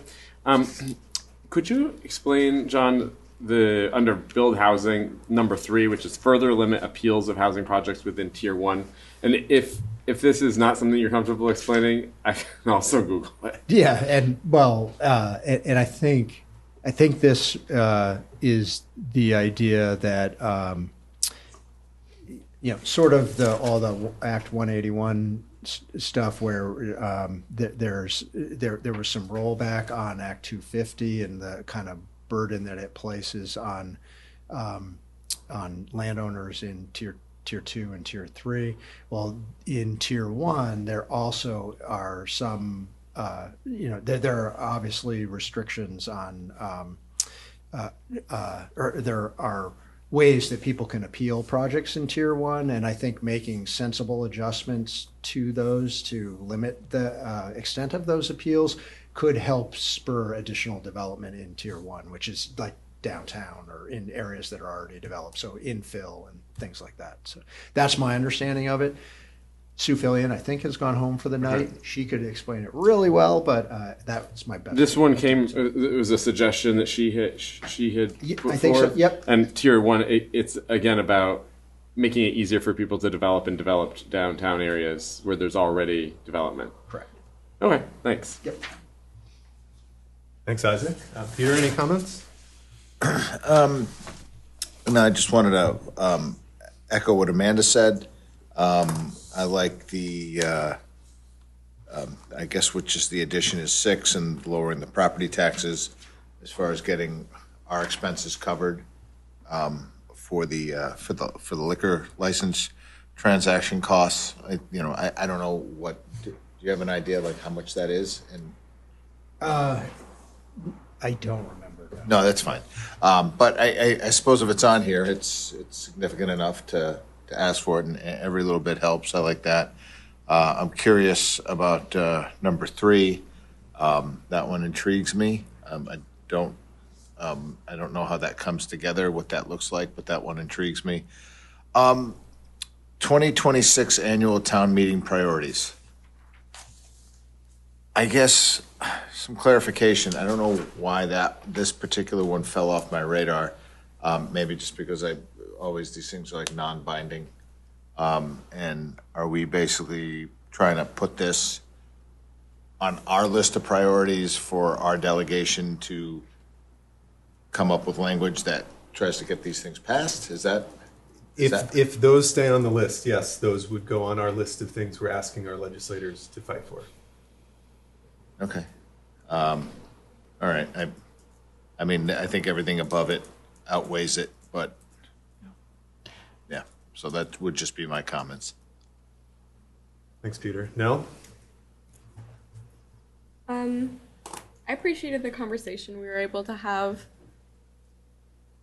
The transportation and the housing are the most exciting to me personally, but I think they're all,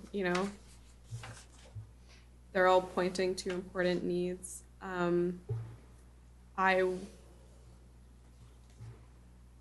would be amazing if we saw this a statewide housing program that took like some more responsibility for the programs it aims to provide, as opposed to kind of farming them out to nonprofits that are not adequately funded, in my opinion. It would be great if we could see an increase in transitional housing, because there's just, especially with vouchers losing funding on a federal level, you have homeless, you have like addressing an active homeless population and trying to get people transitioned out of that is a hard point.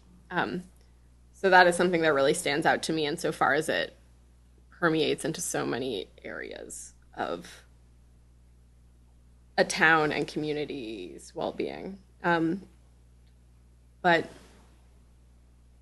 yeah, that's pretty much it. I appreciated the conversation and I appreciate the priorities as listed. Thanks, Nell. My only comments are, I'm a little ambivalent about the town meeting priorities being on here. Town meeting expressed its priorities, or, well, that's not really the word. Town meeting made those motions and they carried, and that was what it was. Personally, I think they're both pointing in the right direction. They feel a little out of place to me on this list, and sort of like Peter was saying, if I was prioritizing this list in terms of my role on the select board, they would be in a very different tier of impact to the town, but ambivalent. And then I have to say, I understand and agree with the impulse behind the property taxes number 3, the charging for road use. I can't really imagine an implementation of that makes sense to me, that doesn't have side effects that we wouldn't want, and until I'm not in love with having a priority on our list that I don't feel like I could really make the case for to our legislators if they pressed me. I could talk more about why I have doubts about this one if the board is interested in that, but this one I feel like I would like to remove from our list. I think, if I could speak to that. Sure. I don't think we know enough about it to remove it, to be honest with you.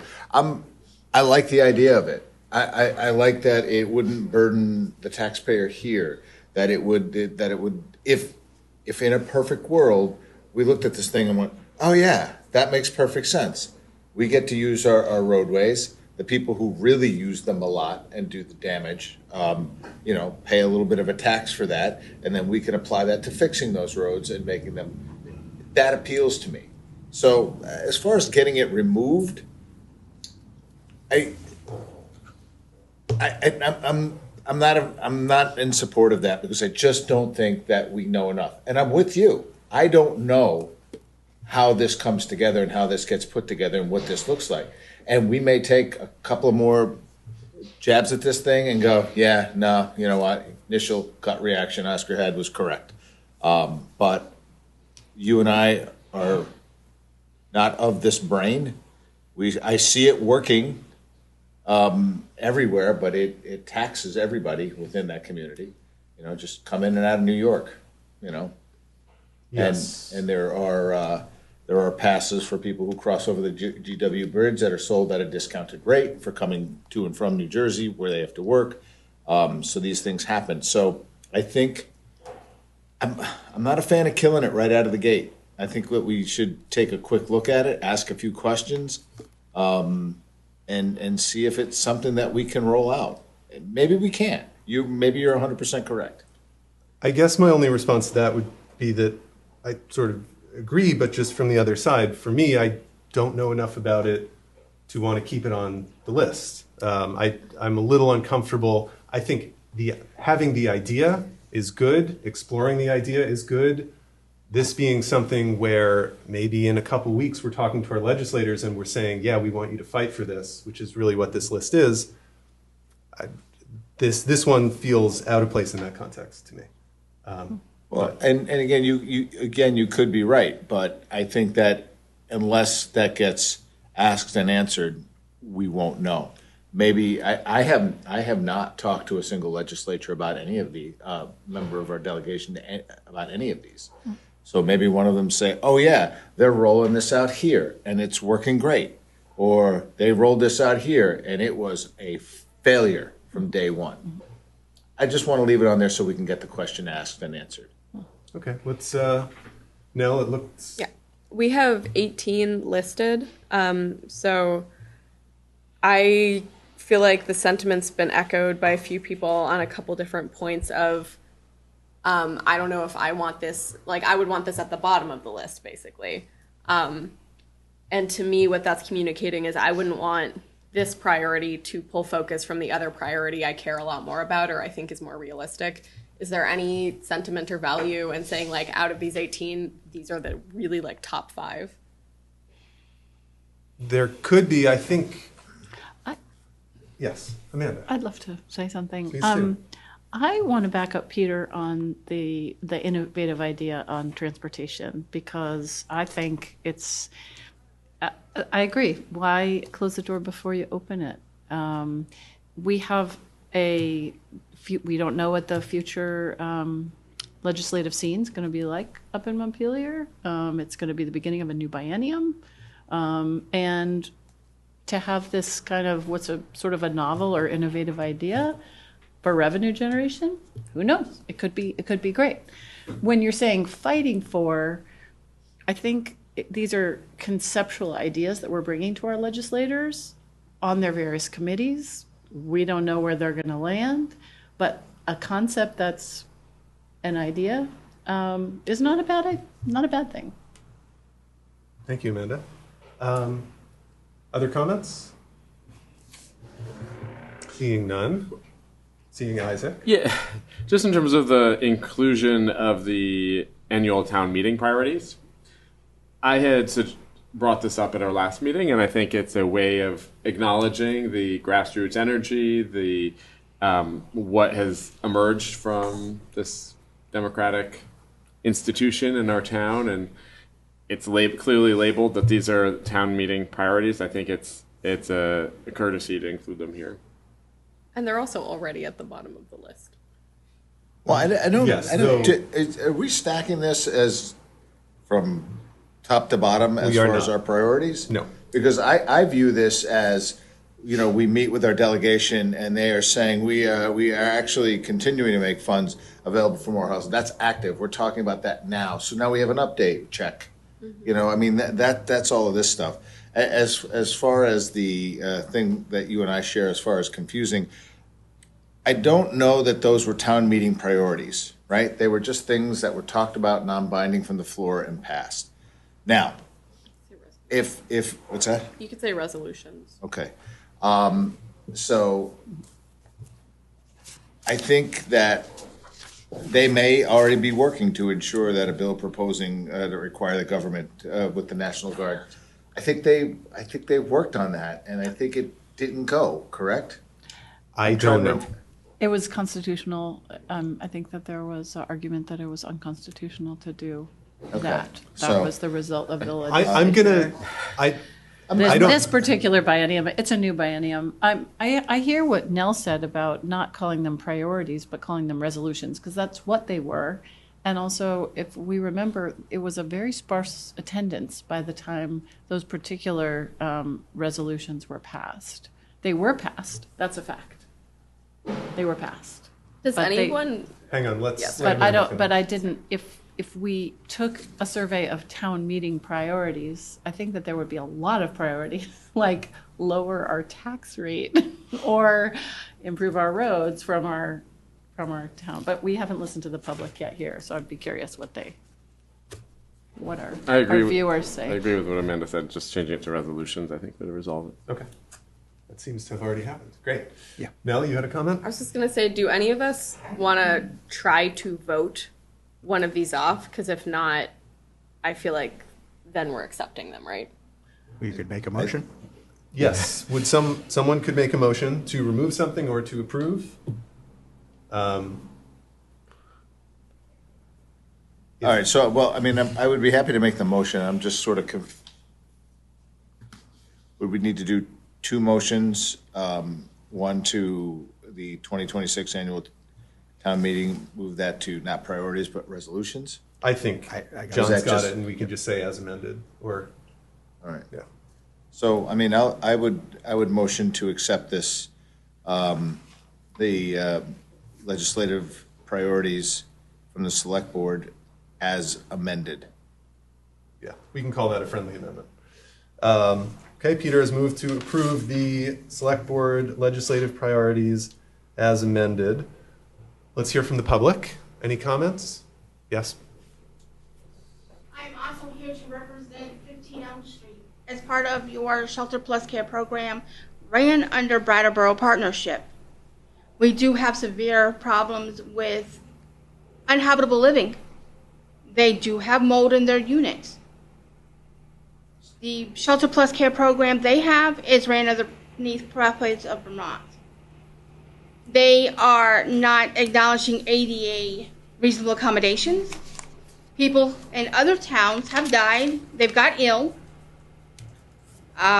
People in other towns are really being forced into living in conditions that they shouldn't be. It's leading to gross negligence. There's going to be a major lawsuit coming forward out of all of this.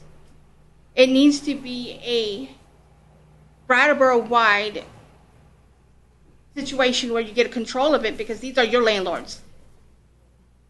The Shelter Plus Care Pathways of Vermont has landlords in your towns that have these housing that aren't habitable, but they still put them there.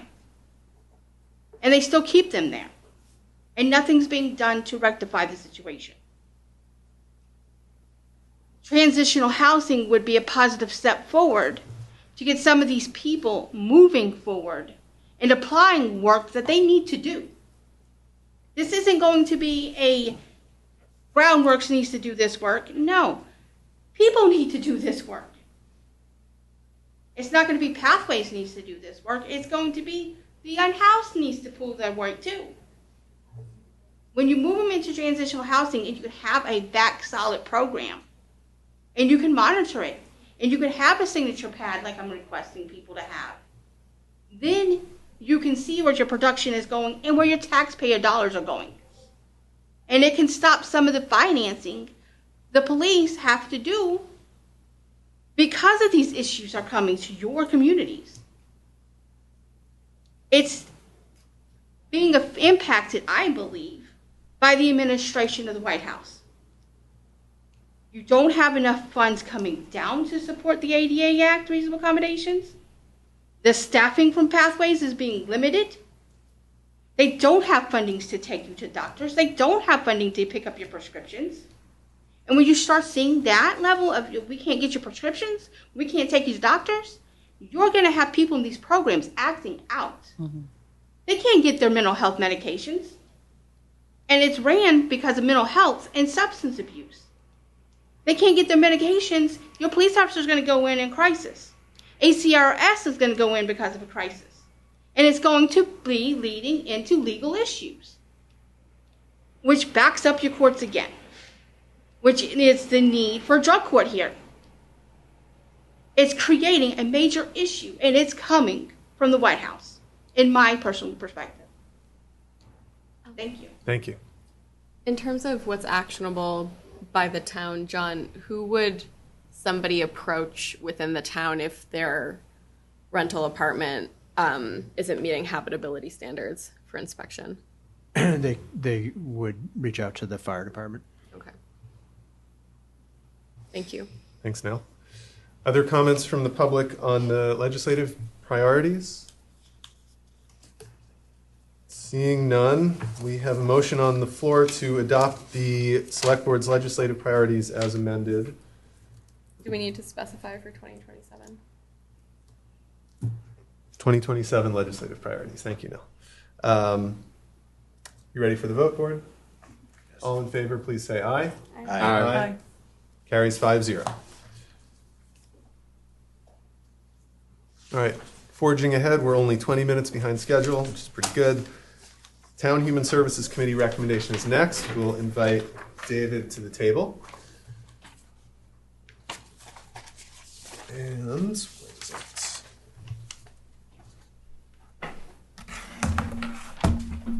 John, will you just give us the Sure. 4-sentence Yep. tee-up? Yep. So, the 4-sentence tee-up. Is that possible? Yes. So, at town meeting, it was voted to allocate $350,000 in next fiscal year's budget starting July 1st. This was a lower amount than the Human Service Committee had recommended previously. And so there needed to be an entity to review that and make recommendations for downsizing that to $350,000. The Select Board appointed the same members of the RTM Human Services Committee to a town Human Services Committee because they had most familiarity with that work and ability to adjust on the fly given the new guidance. And so David Miner is the chair of the Town Human Services Committee, and he has worked with his team to come up with a revised allocation, which he is bringing here tonight to the board for your approval. Great. Thank you, John. David, I'll turn it over to you for any additional information you'd like to give us. Just in more than 4 sentences, maybe a summary of kind of what the last year has been like. 15 months ago, RTM met and, as has occurred in the past, discussed Human Services Review Committee.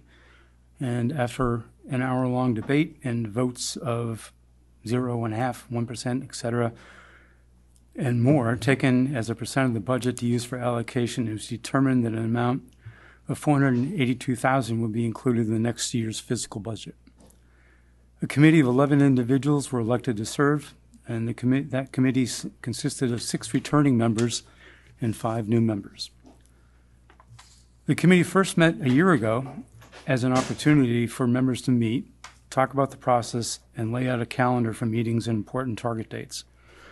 Our meetings began in earnest September 2nd when we met to finalize the calendar, discuss changes to the application and other documents. 4 members, 2 returnees and 2 new members resigned because of time constraints. So now we were down to 7. We spent more than 27 hours of meetings and reviewing over 1,475 pages of application materials, and this does not include any time spent by each individual members reviewing all these on their own.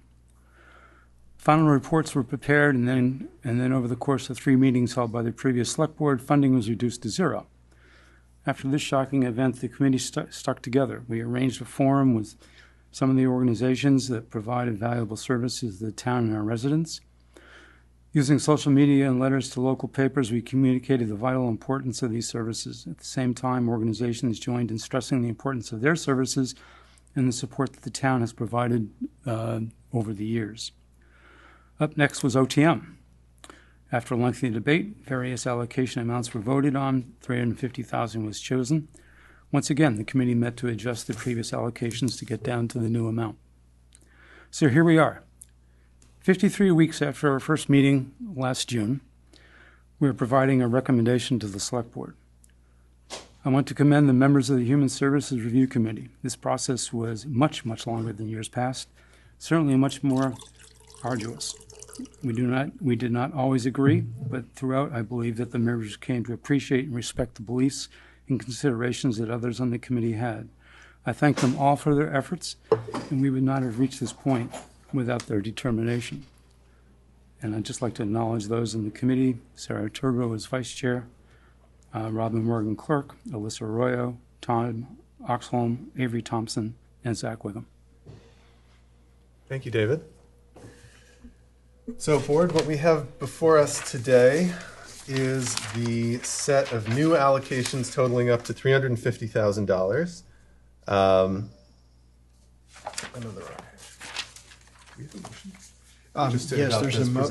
there's a motion in the administrative report that was suggested. Sorry, I didn't do it. No, I remember this now. Okay. So there is a suggested motion in the administrative section up front. I'm happy to make it. Please. All right. I will I'll make the motion to accept the Human Services Committee's revised allocations as presented. Okay, Peter has moved to accept the Human Services Committee's revised allocations as presented. Any comments or discussion by the board? I'll speak to the motion if that's okay with you. Of course. I mean, this thing has been deliberated enough. I think people of town meeting have spoken, and I think it is just our job to accept it. Thanks, Peter. Any other comments by the board? No comments. Isaac? Yeah, just that there was a binding vote that happened at town meeting about the amount for us to spend as a town. We have this committee that's been working so hard. Really appreciate the volunteerism. And I've really appreciated that there has been a practice in this town of really allowing that committee to do its work, to do the review, and not rehashing all of the decisions that they've made line by line about one organization or another organization. They've made tough choices. They've used a rubric. They've thought through this. It's been an open, transparent process.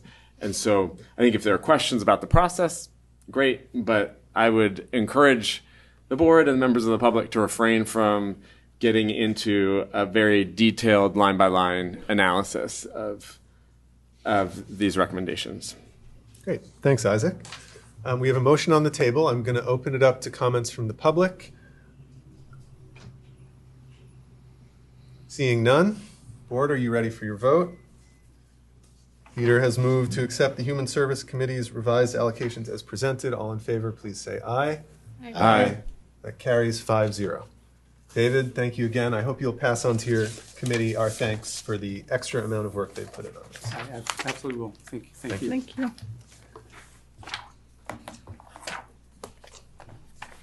All right.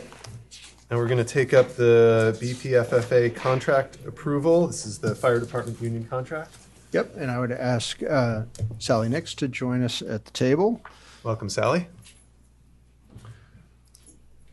This after significant negotiation and updating the board in executive session numerous times, we have reached a tentative agreement here with the Association of Firefighters. I did know, actually, Oscar pointed out one typo in the memo, which I just want to make sure is clear, and that is in the third paragraph, the end of it. The COLA in this agreement is 1% for FY27 and 28, and a minimum COLA of 2% for FY29. So that was just a typo, I believe. But with that said, I would ask Sally if she would summarize the work that went into this. Okay. Thanks, Sally. All right, thank you so much. So yes, this is our fire department, our Brattleboro Professional Firefighters Association, Local 4439. I hope I didn't fail to thank all the negotiating members previously and currently. I want to make sure I bring that up.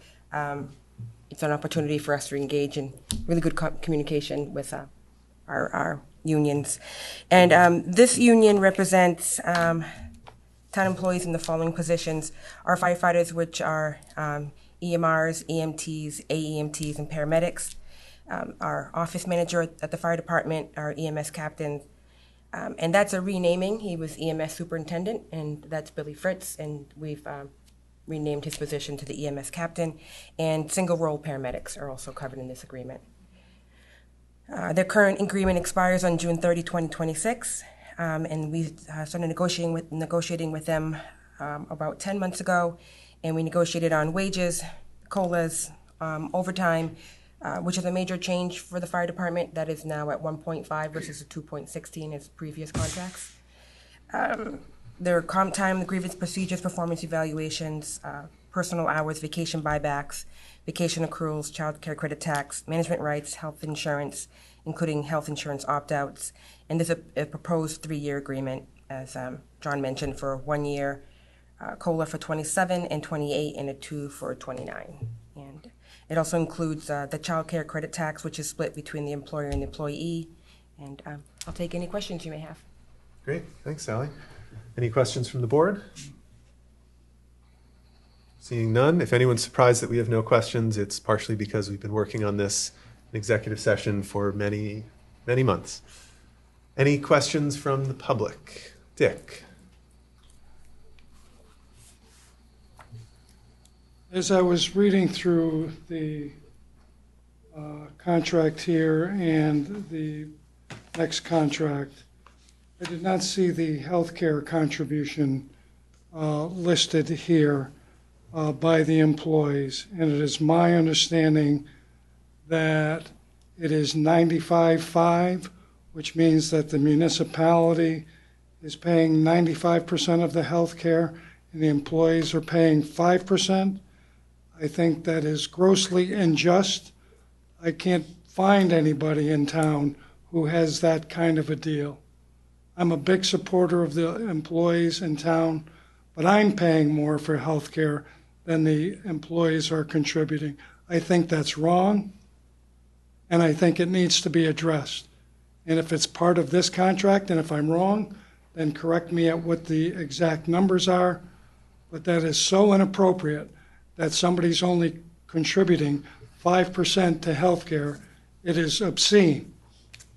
There's nobody in town that's paying 5% for their health care.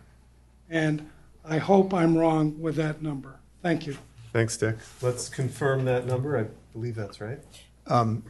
No, actually, in this contract, there is no specified number. It will be opened each year based on the numbers that we get on healthcare, and we'll have a conversation at that point. For clarity's sake, what are we going into this first year with, John? We don't know. We agreed to reopen on the health insurance, all of the issues around health insurance when we know what our cost increase is in the fall. From the insurers? Yes. You're saying? Okay. Yes. And also, Mr. DeGray, I guess I would ask when the contract starts. Hang on. I'm going Dick, to, I'm going to the floor. step up as vice chair to just say, if you could control your language and judgment and be a little bit more asking questions rather than blaming. I take the issue with that. Excuse me. I do take issue with your comment. As chair, Dick is allowed to express harsh criticism if he likes. He has to express it directly to me, which he did, and there are, of course, limits to that. But Dick may be very disappointed. He may think things are obscene, and he may say so, as long as he maintains a professional decorum. So, the answer to the question is that in this contract, we open and the health insurance split yearly, right? It will be discussed along with other parameters of the healthcare benefit each year. And that is a change in this contract. That is a change in this contract. When does the contract take effect? The contract takes effect July 1st, and the health insurance numbers will be revisited in the fall-ish once we know more about the terms That's right. of the insurance itself. So what would they be right now, July 1? So Dick, I can answer yes, that. Sally? So they're current for the calendar year at a 95-5 split. And so that's what when we reopen the conversation with the union in September, that will be for the calendar year 27 rates. And do you know how long they've been 95.5? I started in probably 2021. Okay. About that time. I know when it's actually increased, it was a small increments. It was actually 0 at one point when I started here in 2019. It increased to 1, 3, and then 5. So originally 0% employee contribution, town Correct. pays 100%. Thanks, Sally. Other comments or questions about the fire department union contract? Okay, seeing none, I would like a motion from a member of the board, please. As presented? I can. Well, is there a specific? Yeah, let's. All right. I'll motion to approve the March 27, 2026 Memorandum of Understanding between the Town of Brattleboro and the Brattleboro Professional Firefighters Association, Local 4439, for inclusion in the 3-year collective bargaining agreement for July 1st, 2026 through June 30th, 2029. Okay, board, are you ready for that vote? Yes. All in favor of Peter's motion, please raise your hand and say aye. Aye. Okay, motion carries 5-0.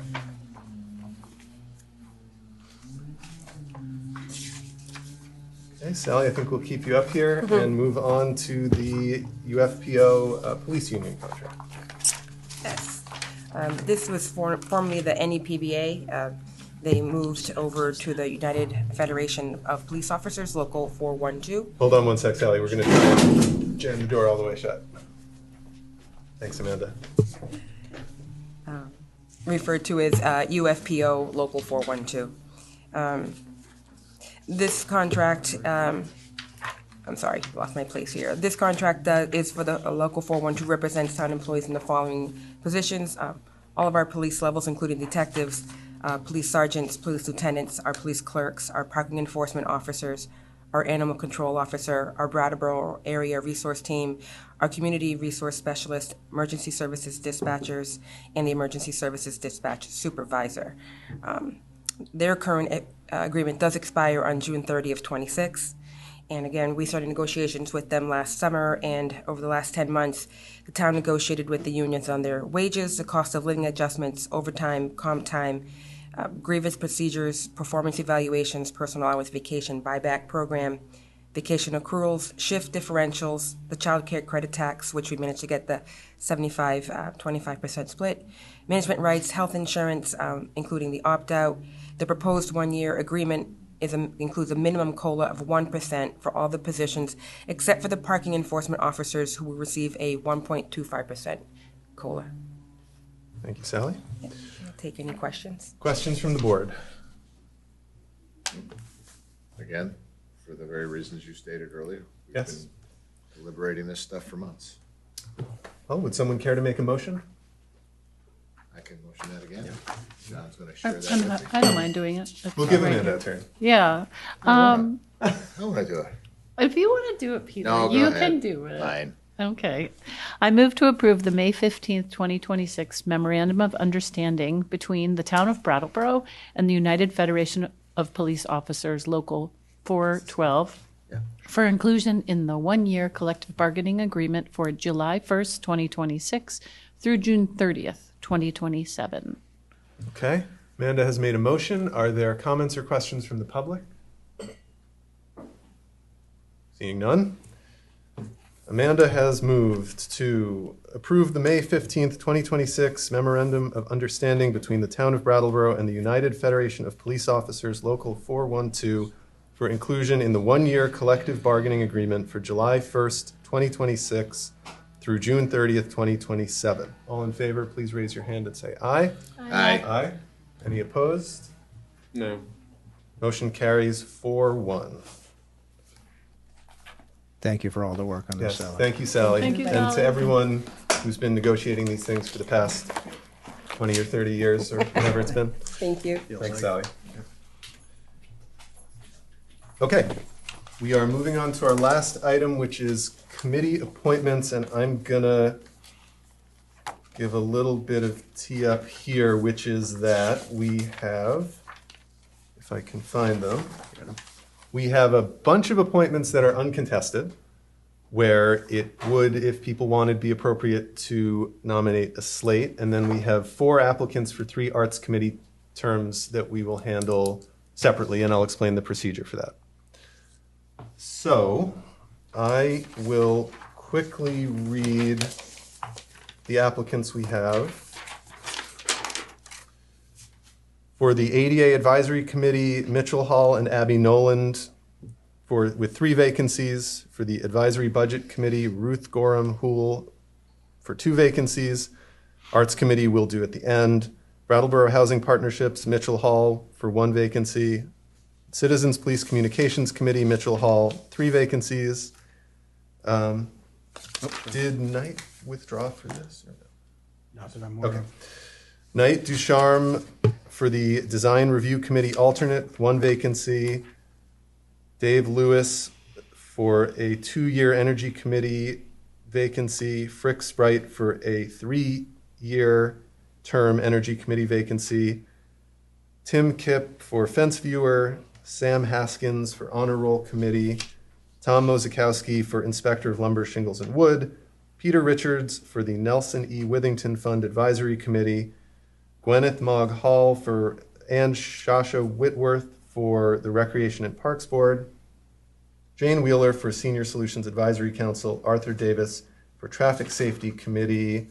Bob Everingham for Tree Advisory Committee. And Eric Karen for Weir of Coal. So those are all the applications that are unopposed.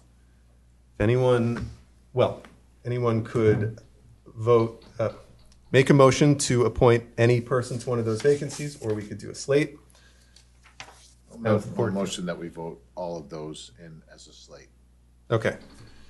Peter has moved to appoint the slate that I just read to those positions. Is there any discussion by the board? Any comment from the public? Oh, you have someone, Seth? AJ.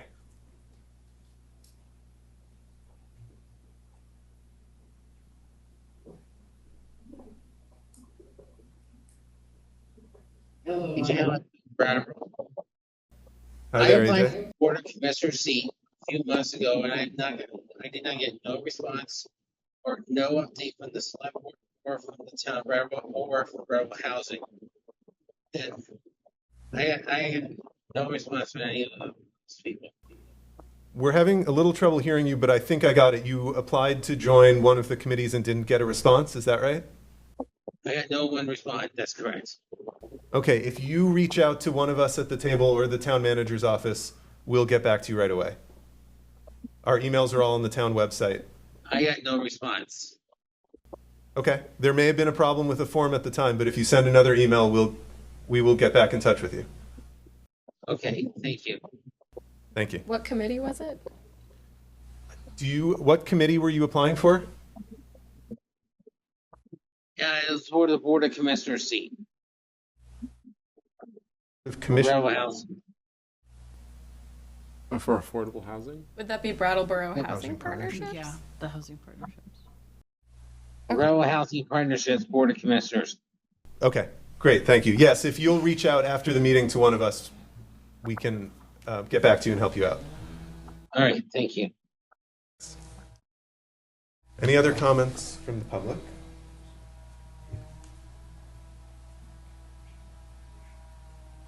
Yeah. Okay, so Peter has nominated the slate. It's in the backups. I'm not going to read it another time. Board, ready for the vote? All in favor of that slate, please raise your hand and say aye. Aye. 5-0, that carries. And now we will get to the Arts Committee. So the procedure we follow here is we have 5 names in the backups. Knight Ducharme withdrew prior to the meeting. So we have 4 applicants for 3 spots. The procedure we'll follow is this. Board members will nominate individual names to be appointed.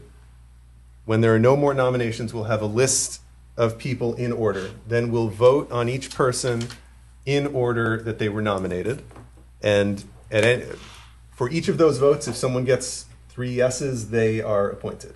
So the main thing you need to be aware of there is that if you want to appoint the 4th person on that list, you'll need to, for that person to be appointed, at least one of the people before them will have to not be appointed. So it's a little bit of it can be a cumbersome procedure, but 4 people for 3 spots, I think we'll get through it. So at this point, I'm looking for nominations from the board. Nell? I nominate Abdullah Ilan to be appointed to the Arts Committee. Okay. So Abdullah. Other nominations? Isaac? Gregory Hankinson. Okay. More nominations? I nominate John Logia to be on the Arts Committee. Okay. And any other nominations? People can go again if they want. Isaac? Olivia Loria Pombria. Okay.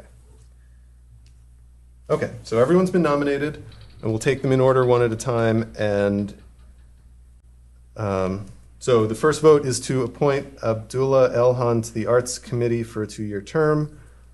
Any comment from the board or the public on any of these nominees?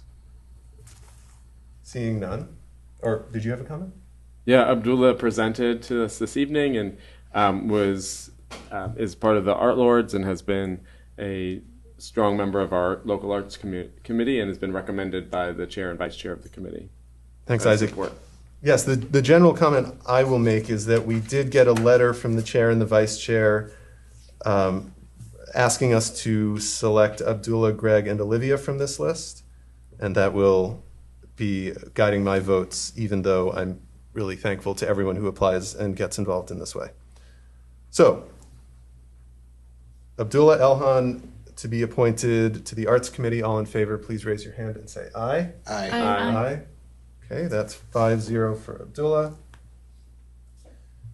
Next up, should we be doing these with motions apiece?